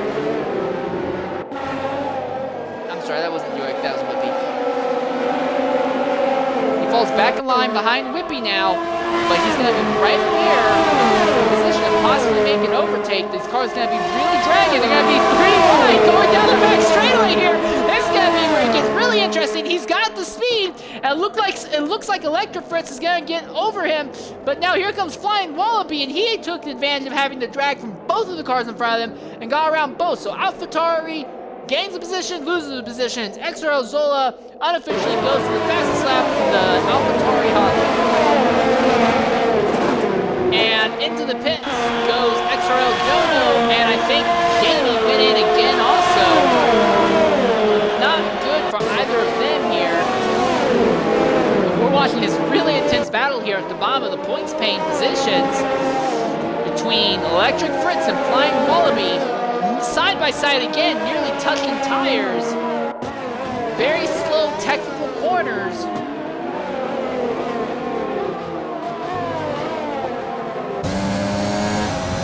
And right on board with Whippy, you can see Fritz has now fallen back in line behind Flying Wallaby. To go through the hairpin, Fritz taking a much tighter line, trying to maximize straight line speed on the exit. They both put the power down, and you can see just how heavy the rain is right now. There are moments in some of the slower sections where there's not as much air to push the rain off the camera. It really makes it hard to see, like right here. And here we are. Whippy has caught Fritz. Fritz may be faster than Wallaby, but Wallaby's putting on a hell of a defense. Here they are, back into the technical section. I don't think these three are going to be gained away from each other for a little bit. It's a Ferrari customer team versus a Honda customer team versus not the Honda factory team, but pretty close to the Honda factory team. And they've all caught up to Yoyix and Devil. It's going to be a 5-way train here, all fighting for position here. Oh, and Whippy is sideways there. Here we go. Flying Wallaby is behind all three of these cars. There's not a whole lot of room to do anything at. He's going to go to the inside. They're going to be 2 wide. They're going to be 3 wide down the straightaway. That Renault is ahead. Yes, the moment, but he has to brake way earlier. And now going into the hairpin, the Renault of Devil is going to go really wide. And the AlphaTauri is going to continue to pick up positions. Electric Fritz moved him up into the 6th position now. And Flying Wallaby is going to have to go ahead and stop. But he misses the turn in, and he's going to lose even more time there. And there's Yoyix and Devil are both going to have to stop as well.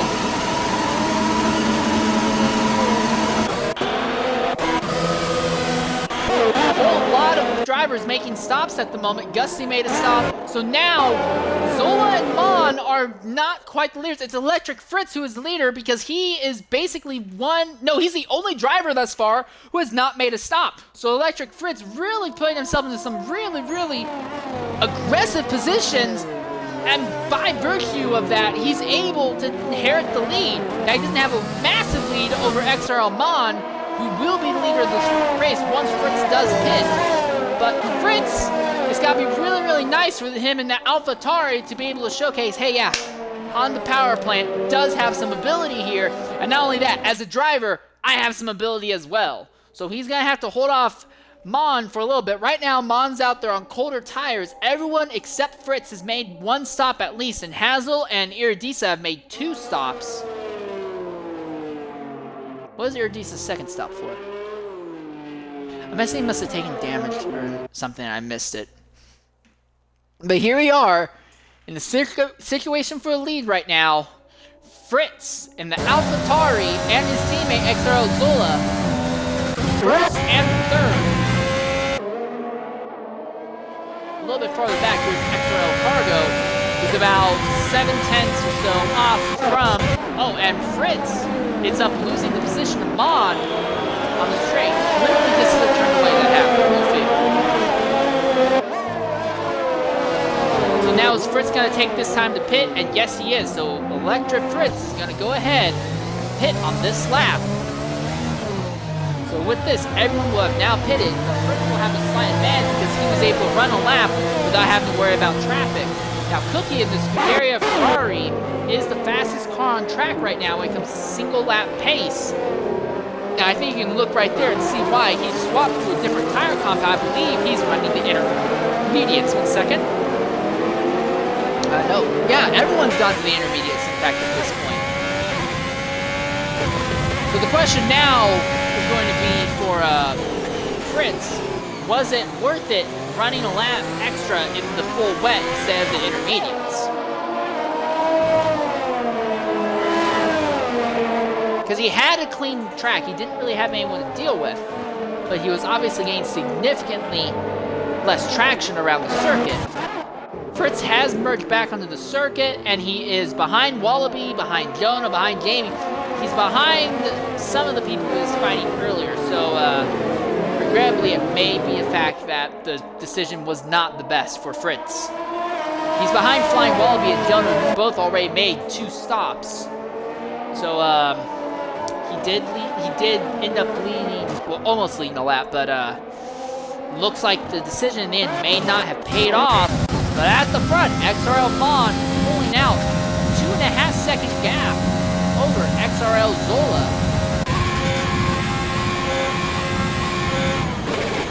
Yeah, and everyone at the front. Really, really. Here we go. This is going to be interesting here. So here's XRL Cargo behind XRL Gussie and XRL Snake. And they're both going around the final corner here. Cargo runs a little wide.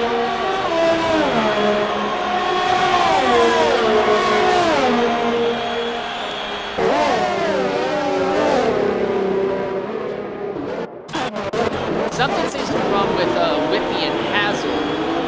They're battling, but they also seem to be losing a lot of time in relation to the drivers around them.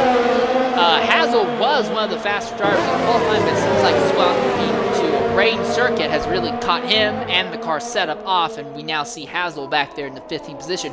Whippy this entire day has been nothing short of an outright struggle for him.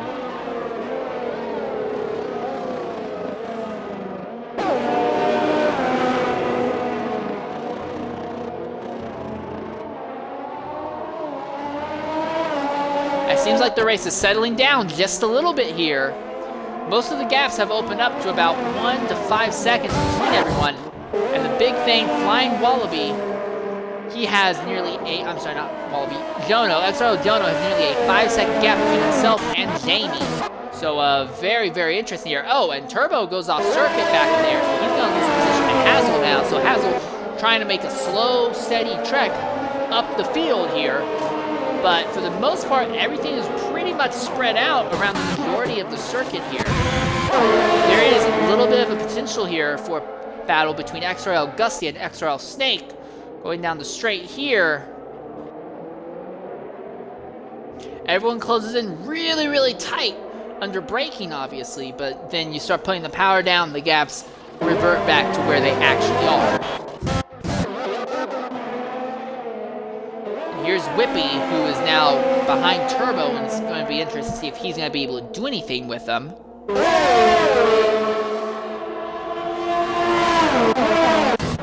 little bit farther up, here we are. Gusty and Snake are in their little battle for 4th and 5th. Snake is going to be ahead of Gusty for the moment, but he runs a little wide. Gusty, if he can put the power down smoothly, has a chance to get alongside him. Neck and neck as they run to the next hairpin. Gusty's going to fall back in line. No, he's not. He's going to dip in. He thinks better of it and reverts that. He's going to fall back in line behind Snake for the moment. Now they both start putting the power down once more.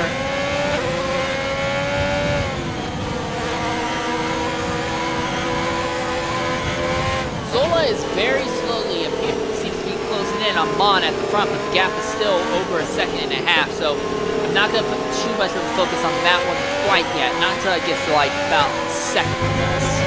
Hazel is fighting with El Yoyex back there for a 13th position as well. In fact, Hazel's going to overtake Yoyex, going through a hairpin earlier on the circuit. But now here we go.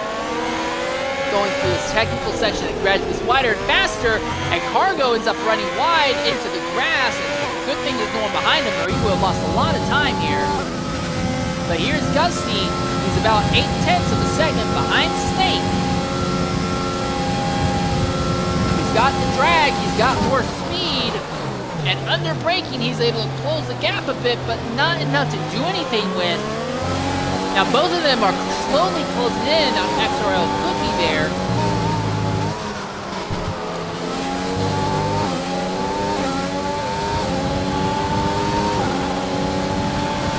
Here he is. He's right there at the tire tracks.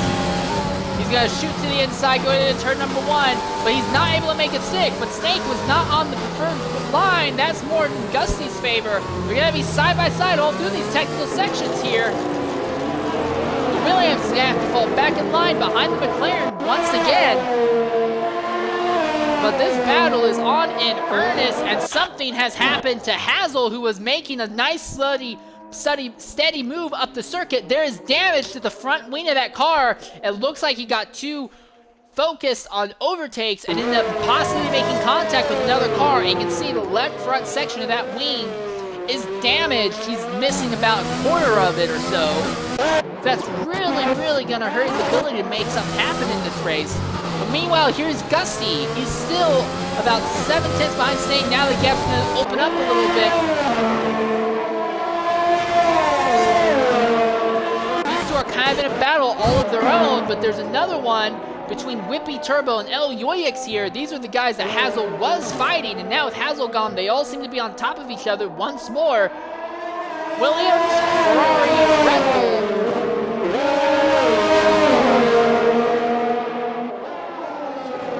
As Hazel's making another stop, really gonna hurt him and his results today. But it's gonna be interesting because all three of these cars are just close enough to each other that Whippy could get DRS from the two cars in front of him.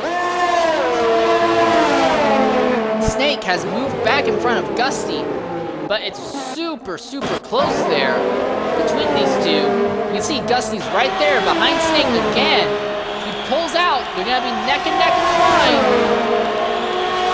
And Gusty moves in front of Snake.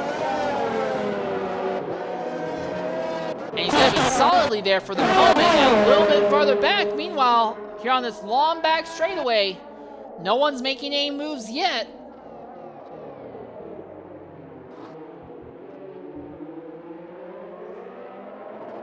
So we're watching two different battles going on, one for 13th through 15th, and then one for 4th and 5th. Between Snake and Gusty here for 4th and 5th, the Snake is now the one who has to go on offense against Gusty. The rest of the field is all pretty much spread out and don't really seem to be in a position to do much when it comes to fighting. Everyone has made at least one stop to transition from the full wets that everyone started on to the intermediates that everyone is currently on right now, and we're about 11 laps into this 28-lap race here. And it looks like Gusty is starting to open the gap on Snake just a hair. But while I say that, Cargo is also starting to close in just a little bit on Snake. Cargo was following them for a little bit, and then got a little bit squirrely on the widening technical section before the long back straightaway.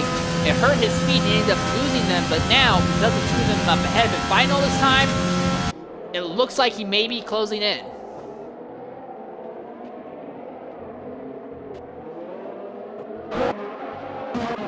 Meanwhile, farther back, Whippy, Turbo, and Yoyix all still there, all still in position to make something happen with each other. These three are all basically kind of in a little battle on their own, and then Iridisa is even farther out. Now, XRL Gusty, congratulations to him, who's in the 4th position. He now has the fastest lap of the race, so solid job by the Williams, who's moved himself up into the 4th position. And onto the straightaway we go here. Whippy is right there behind Turbo. He might have enough speed by just staying in the wake of that Ferrari to make something happen, and he's not going to. He's going to play it safe instead for the moment.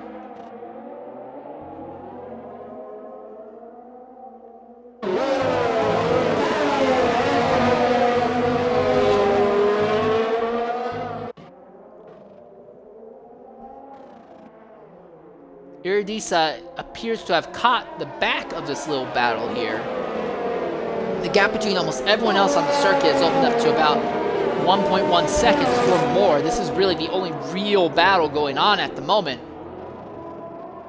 And congratulations to XRL Jono and Flying Wallaby and Jamie. They both have made extra stop early in the event after taking damage, but they're currently all sitting in points paying positions, so if they can make that work, outstanding job by them. And Hazel now goes to the top as the fastest car on circuit because he is in the Racing Point Force India with absolutely no one around him. He has the cleanest air right now. Thing is, he's 30 seconds away from 16th position. He's not going to factor into anything unless we have more yellow.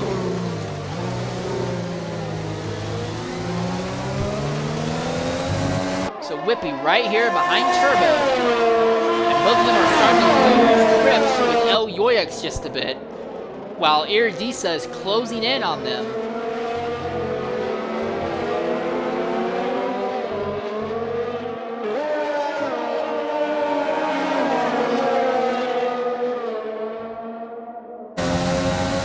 Down the straightaway here. And you can see from Whippy, looking behind him at Iridisa, who's closing in, but Whippy is less than 2/10 behind Turbo. He's making the move. He's on the inside. He's going to send it. Hardmore, and the Ferrari cuts right into him, and both of the cars take damage and run wide. And now Whippy is really sideways, trying to put the power down. Turbo's going to take that to get back in front, and both of them are going to lose that position to Iridisa. And I imagine the stewards will probably look at that later on, because I'm going to be honest, Turbo did outright just turn right into Whippy. Whippy's going to shoot to the outside to get around Turbo here. No contact this time, so Whippy is finally around Turbo.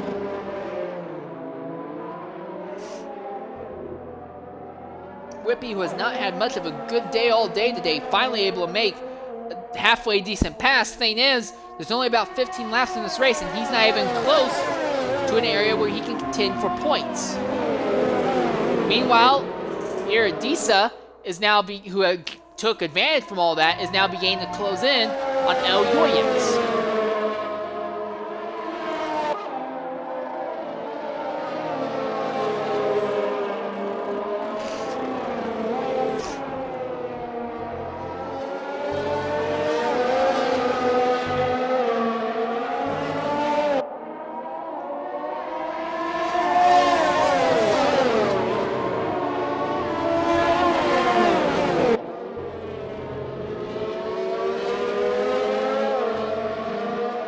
Caught him here.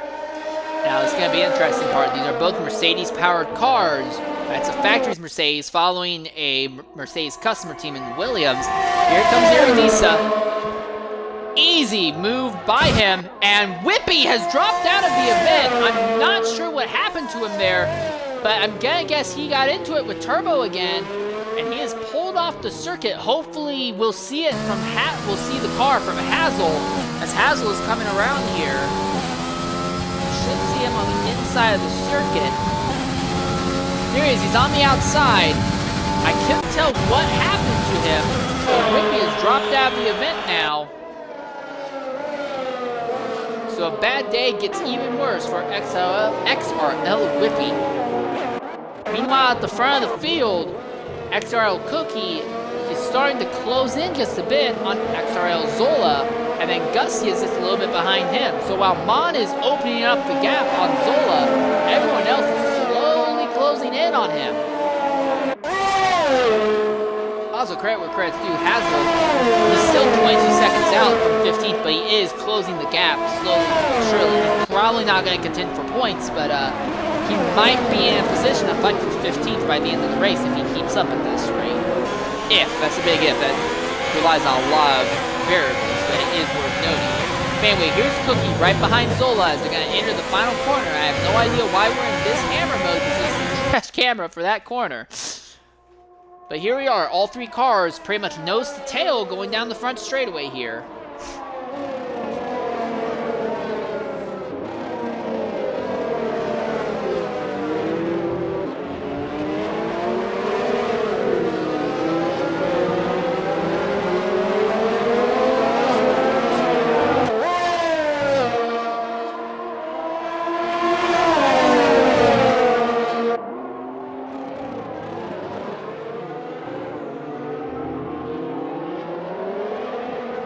Power down, and there they go again. There is a little bit of a battle forming between Jamie and Blake, a little bit farther back there, in 7th and 8th position. And if that gets any hotter, we'll definitely cut in on that. There is another one going on here between Snake and Cargo. Snake lost to Gusty, and it seems like since then he's lost Gusty significantly, and now it's Cargo's turn to potentially make something happen to him.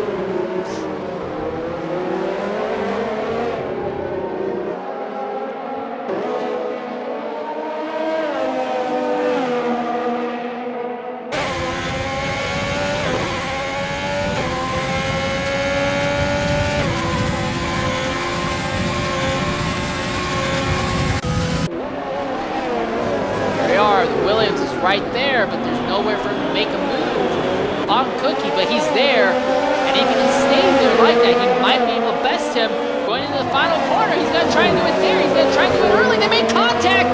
Both cars make a little bit of contact, and Gusty is going to fall back in line behind Cookie there. There's another guy you can see back there behind between Cargo and Snake as well.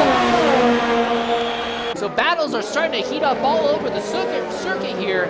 And Cookie is, despite fighting with Gusty, he still hasn't really lost Zola yet. Zola seems to be actually dropping off real bad from Mon. Mon is all on his own right now.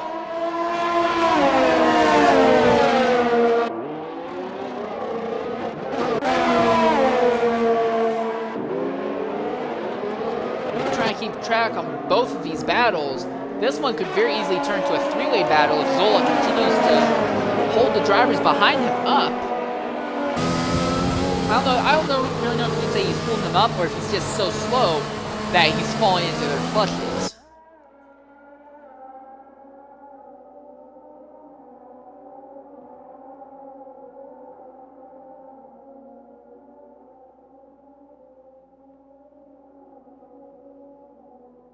Almost all the other gaps on the circuit have significantly opened up. This is the main battle going on here, as even Snake has now fallen off the back of Cargo just a little bit here.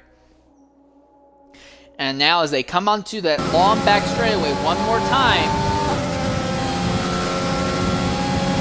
Here we are, Gusty right there behind Cookie. He looks to the outside once more. Now he looks to the inside. Under braking. He will not make a move. He will run a little bit wider line there. Cookie slides wide when putting the power down. He's not going to get away from Gusty this time around. And there we are. Cookie is going to go ahead and jump into the pit. He does not want any part of this battle any longer. So move Gusty up into the third position now. And with 11 laps to go, Cookie makes his second stop of the day.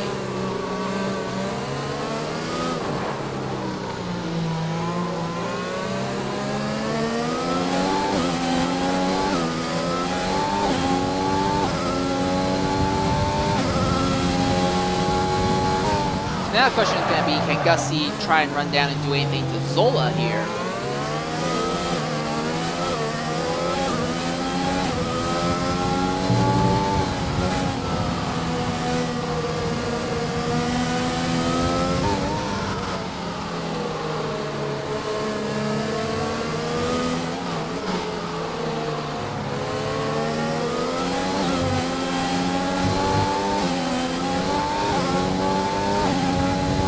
Zola is falling about 4 seconds off of XRL Mon. Now, meanwhile, this is a little bit farther back. Jamie is actually starting to close in on XRL Blake just a little bit here.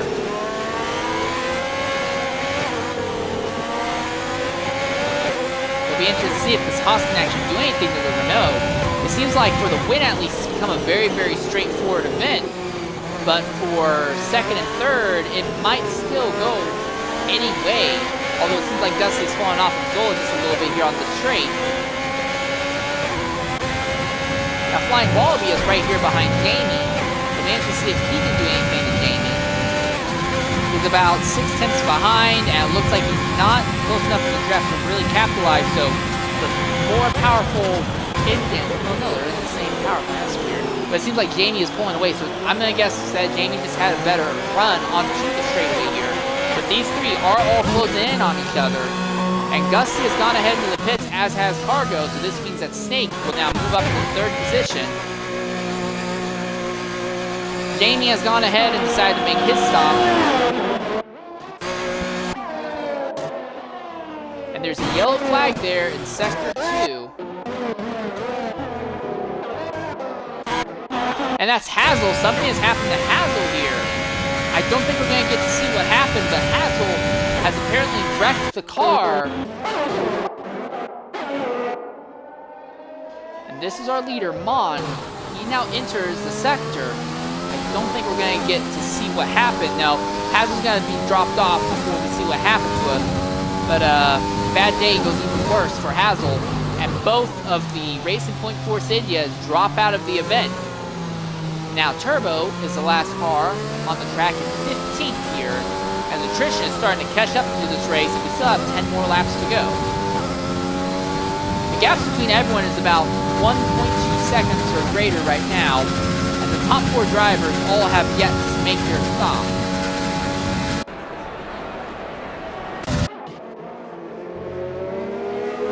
Flying Wallaby is right here in the second position.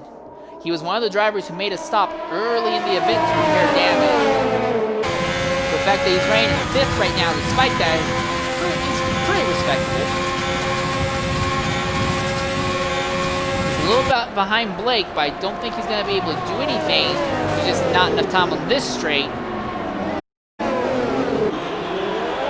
both put their power down. Now, are they going to pit this lap? That's the next question. And Blake will pit, but Wallaby will stay out another lap. And XRL Cookie, fastest lap once more in the Scuderia Ferrari. And that's with Wow being hounded by XRL Gusty again.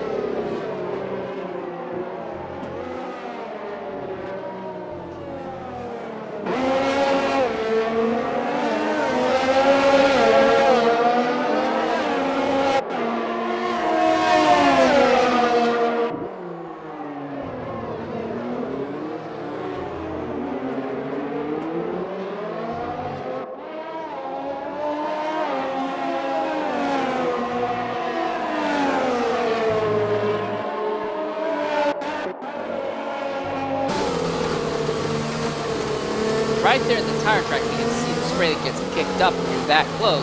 These two are also both slowly closing in on Flying Wallaby. I imagine Flying Wallaby will probably hit very shortly here. Oh, and Cookie gets a little sideways on the rumble strips there. Oh, you can hear the entire, all the brakes lock up there on Gusty for a little bit. Hopefully that didn't flat spot his tires at all. They now start putting the power down to the straight here. Is Gusty close enough to be able to do anything with Cookie? Does not seem like it. It seems like they're going to hold pretty even to each other down the straight. Here are now Gusty's starting to close in, but they're already almost at the end of the straightaway. He's not going to be able to make anything happen here. And again, Gusty briefly locks up the tires, trying to save Cookie's aerodynamic weight. Because the longer you're in the wake of someone else's car, and Flying Wallaby gets a 3-second time penalty. So that's going to hurt him. But the longer you stay in the wake of the car in front of you, more and more you have to fight with the tires because you gain less aerodynamic grip on the car. The air in front of the car is being disrupted.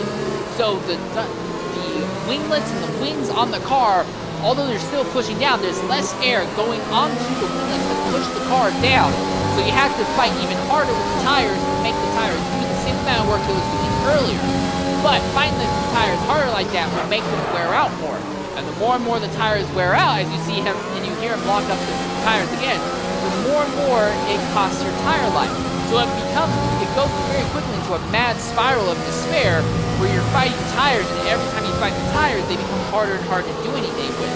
That's one of the reasons you'll see drivers try to step out into slightly alternate lanes in some of the higher speed corners, so they just have more. Oh, and Cookie gets sideways again. But that way they have more air going onto the wings so they can maximize tire life here. And there's a yellow flag in Sector 1. I'm not sure what it was for. XRL Devil seems to be fine. He was the only car there at the moment. I don't see anything wrong with the car.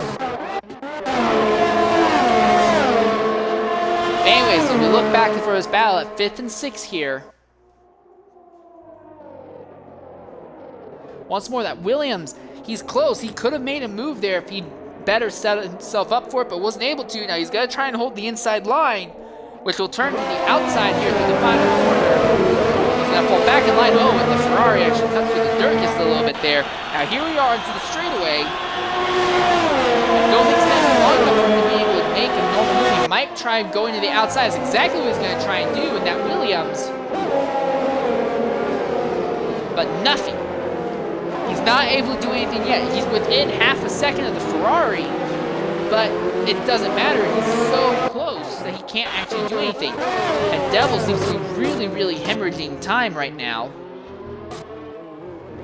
Something does not seem right with that car. I can't really tell what it is.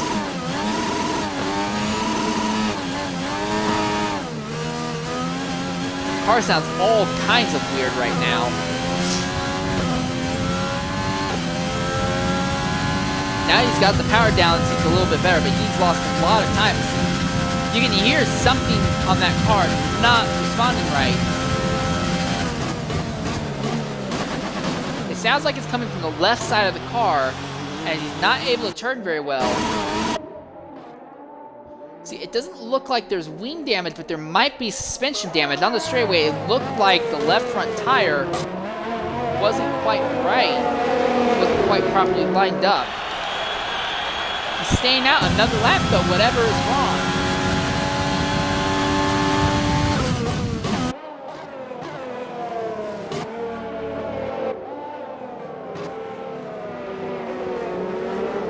You can hear something wrong with that car, and there's movement up ahead as Gusty and Cookie are fighting and trying to trade positions, and Cargo's caught up. In the meantime, they're neck and neck as they're going to head down into the final corner once more. Williams has to fall in line, but the Ferrari gets sideways. Here we are, they're going to be neck and neck down the straightaway once more. And the Williams is going to fall back in line behind the Ferrari again.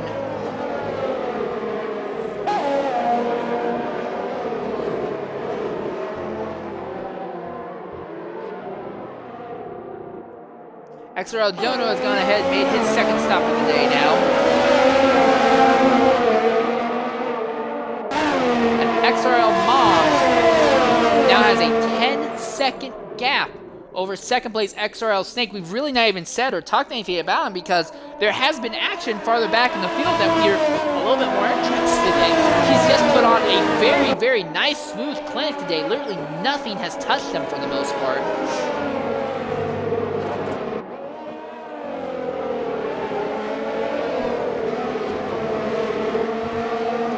Cargo is there behind Gusty and Cookie.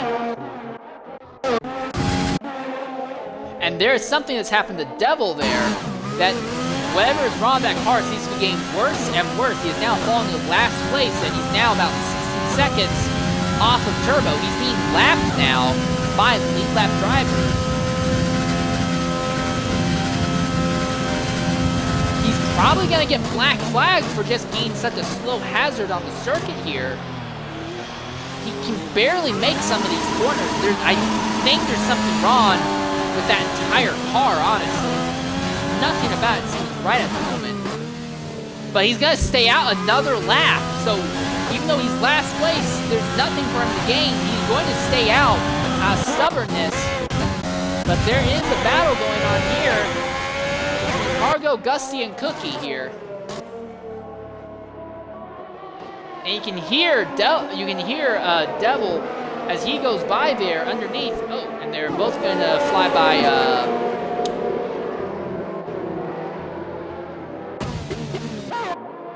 Okay. I thought I saw something that I didn't. Anyways,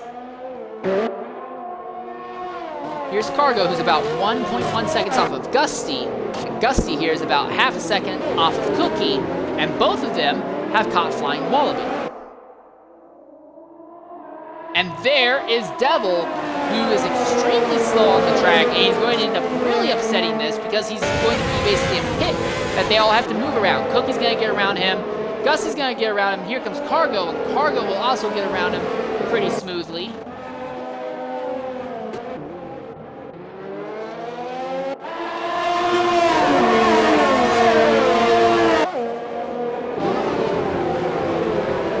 Here we are, this is it. Can Cookie do anything to Wallaby, and to a lesser extent, can Gusty do anything to Cookie? They run around once more onto this nice lawn back straightaway. The Ferrari's going to take an inside line. The track is drying out, and it's drying out relatively fast. These tires are going to start falling apart fast, honestly.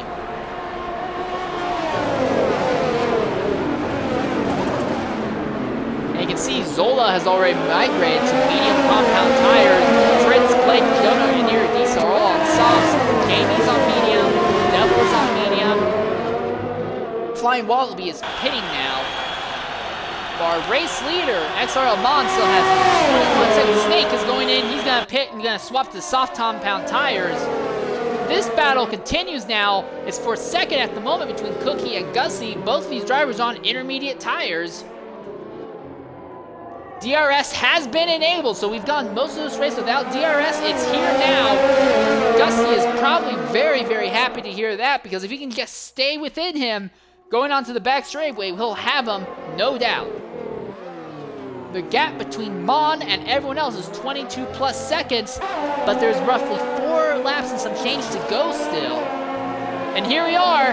Cookie's still ahead of Gusty, but the gap is right there. These tires are really going away fast. I can imagine chunks are being torn out. These are configured for wet tracks, and this track is gradually dried out here.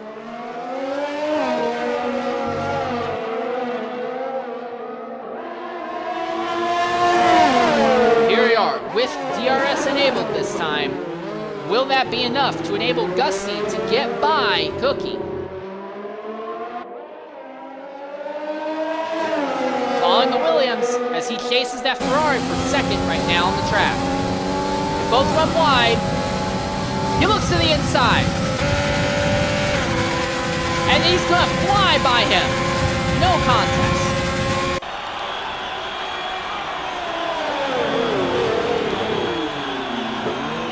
Under braking, the Ferrari has no response, but now the question is, do they pit? There's only about 7 laps to go, and our leader has gone ahead and pitted. He has swapped to soft tires here in the final few laps of the event, and there's no one around him. He might not only be able to win this race, he's going to have a few laps with soft tires. He might be in a position to potentially put down fastest laps of the race. Snake is closing, though. He's about 2.7 seconds out, but I don't think he's going to catch him. Flying Wallaby now is going to be up into the 3rd position, and the only driver on track who is still on the intermediate tires is El Yoyix. But he has 43 seconds over Devil and then 45 over Turbo. He probably doesn't have to swap tires. I think he can make these last to the end.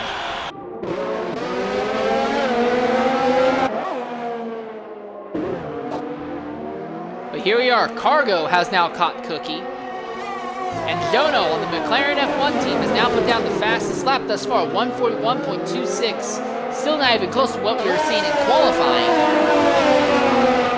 And now Iridisa, 138.7. The lap times are dropping fast. They just took 2 seconds off. We came to fastest lap time right there.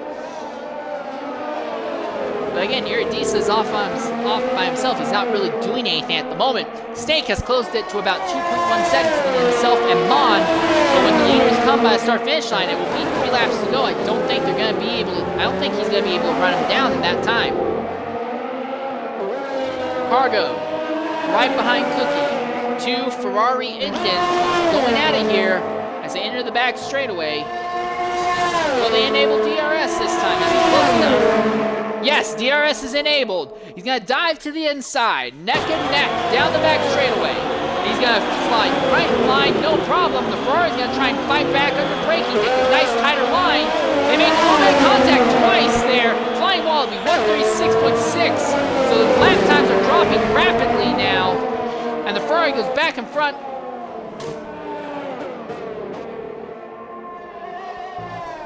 So Cargo back behind the Ferrari. He has the DRS ability on the straights, but outside of that, he wasn't able to hold on to it. The Ferrari just took a better line in the hairpin and the final corner.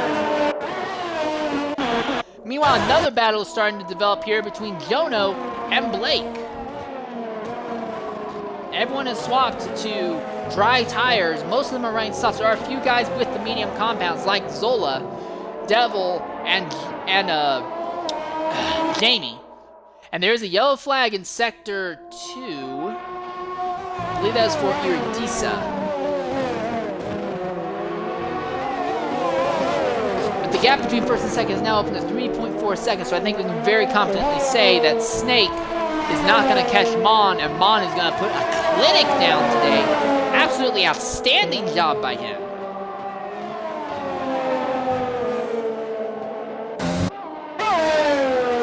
Well, oh, wow! That got nutty. Turbo was in the way of Cargo, and Cargo nearly got into him there. 134.6 for Mon in the Mercedes. So as I said, he's out there, clean air, no one to deal with. He's probably going to be able to put down the fastest laps of the race. He can put down qualifying laps without too much of a worry right now. It's 2 laps to go here.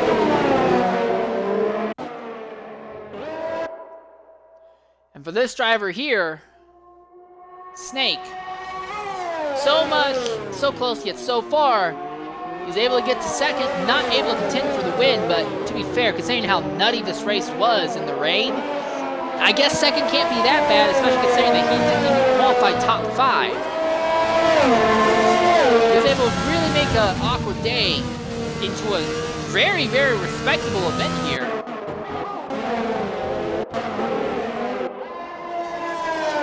It looks like this battle between Cargo and Cookie is now beginning to break up and fade away. So as it is right now, it's quite possible that everyone's going to hold on to the position they have. There is a little bit of a fight that might go on here between Alpha Tara teammates XRL Zola and Fritz. Fritz has been on those softs for 3 laps. This is the 5th lap for Zola on the mediums. So I'm curious to see if those softs are going to start going away in a significant measurable amount on the final lap, and if they do, if that will enable Zola to do anything with them. This is a battle for points. In fact, every battle that's still on the track that could happen will be for points-paying positions. Cargo has DRS open down the straight, but he's too far back. He's not able to do anything with it. So Cookie's going to hold on once more. Well, race leader, XRL Mon, all by himself, and it's the final lap. So Mercedes Petronas, with that number 29, XRL Mon, he's going to put a clinic on the field. His teammate XRL Iridiza may start on the front row with him, but was not able to do nearly the same. But it didn't matter. Mercedes is still going to bring home a victory today anyway with XRL Mon, unless something absolutely ridiculous happens here. Cargo is just about a second out from Cookie, and it doesn't look like he's going to be able to do anything. The gap is opening very widely between them. El Yoyix has swapped to soft tires here on the last lap, so he may be trying to go for a single quick lap to try and get the point for fastest lap in the race. Now, he's not in the points-paying positions, though, so I don't know if he'd be able to actually get it or not. Meanwhile, here's Zola right behind teammate Fritz, and it is the last lap. Will he be able to do anything with them on those medium tires versus the slowly wearing softs that his teammate was on? These two are all on their own right now. No one to really compete with between them. Meanwhile, at the front, it's going to be XRL Mon who takes home victory. But this is the real battle here, as Snake is going to finish in second, Wallaby is going to take third. Here we go. Zola, will he be able to do anything to his teammate Fritz? Down the line, DRS is open on the AlphaTauri. He's looking to the inside, neck and neck. Zola, he's going to try and make that alternate tire strategy work. He gets on it, he runs a little bit wide, he puts the power down, and it looks like on the last lap, Zola will be able to get ahead of Fritz. So as Wallaby takes fourth, Cookie takes fifth, and Cargo takes sixth. Zola uses the alternate tire strategy to take seventh over his teammate Electric Fritz. And now here comes Jono. He will take ninth, and the last driver in the points-paying positions is going to be XRL Blake in 10th. XRL Iridisa so close yet so far away. XRL Devil actually put down the fastest lap time at the end, 134.1 in the Renault, which is strange considering how awful that car looked earlier in the event. Yoyix, Turbo, and Devil have already finished their final lap. They will not complete the full race distance, so here we are. This is Jamie as he rounds the final corner. He will take the checkered flag, and that will be everyone.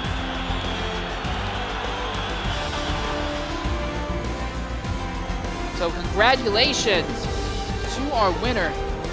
And Flying Wallaby gets driver of the day after getting involved in an incident early in the event.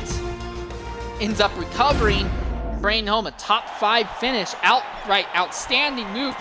But this is the real winner here. Put on a clinic. We've probably seen him more now post-race than we did in the race itself, simply because he was so far out and so strong throughout the event. There was kind of no reason to watch him. He was so smooth with everything today. I don't think there was a single moment where he really had to worry about anything. So congratulations to our race winner.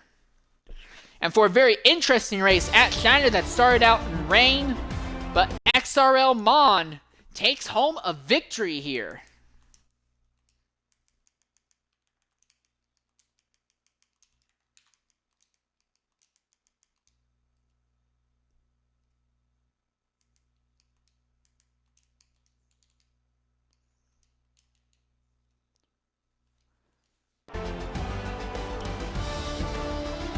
And you can see here the tire compounds that everyone used. Flying Wallaby, he had to take an entire extra stop after those early lap events, and he was still able to make everything work out in the end. So great moves by him.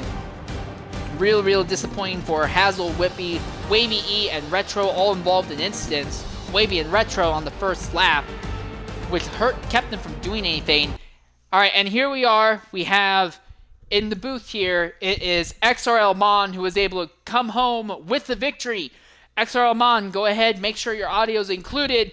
Congratulations on a very dominant victory here in China after starting on the front row. What do you have to say about the clinic you put on the field today? Yeah, man, thanks very much. Well, it was a crazy race, and at the end, I just wait for the track to be clean, so I can put the the soft. Yeah, it was a very tough day. It may have been a tough day, but you handled it probably better than anyone else. I also have to ask, though, about your performance in qualifying. What was the secret sauce, if you will, that enabled you to get onto the front row in such a dominating fashion? I really don't know, man.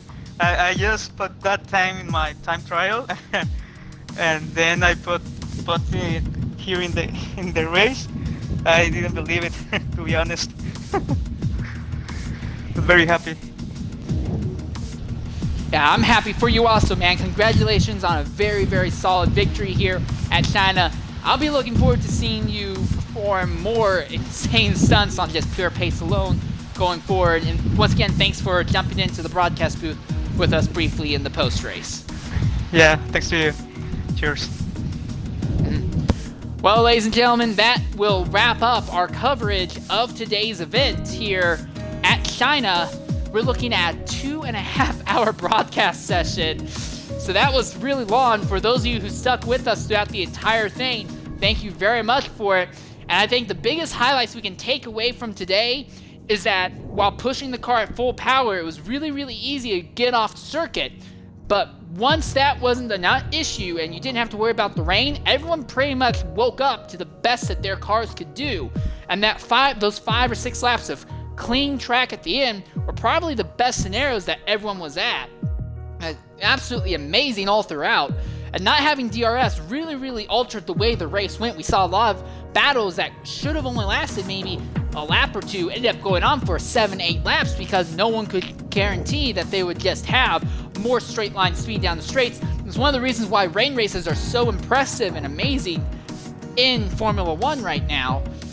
But anyways, I've been InsaneLeader13, and once again, I want to give a huge, huge, huge thank you to Extreme Racing League for letting me do broadcasting for this series. I cannot express enough. I'm not very good at this game. I'm very trash at this game. But I absolutely love being able to do broadcasting for these guys, and I do look forward to hopefully doing more of it for the XRL guys going forward. I believe we should have another event next week, so pay attention next week. Also, there is the XRL X1 races that should have just wrapped up. You can probably check those out also. And then at a later time today, I think it may have been earlier today, there were XRL X2 races, all of them taking place at China, all of them being touring series, so go ahead and check them out. XRL is also looking into doing a Forza League, dealing with hot hatches. They're also doing things in Assetto Corsa, so they're expanding into many different games beyond Formula 1 2020. So if you get a chance and if you're interested, go ahead and check them out. But I've been InsaneLeader13, and again, thank you very much to Extreme Racing League, and I'm going to go ahead and peace out. Farewell, everyone.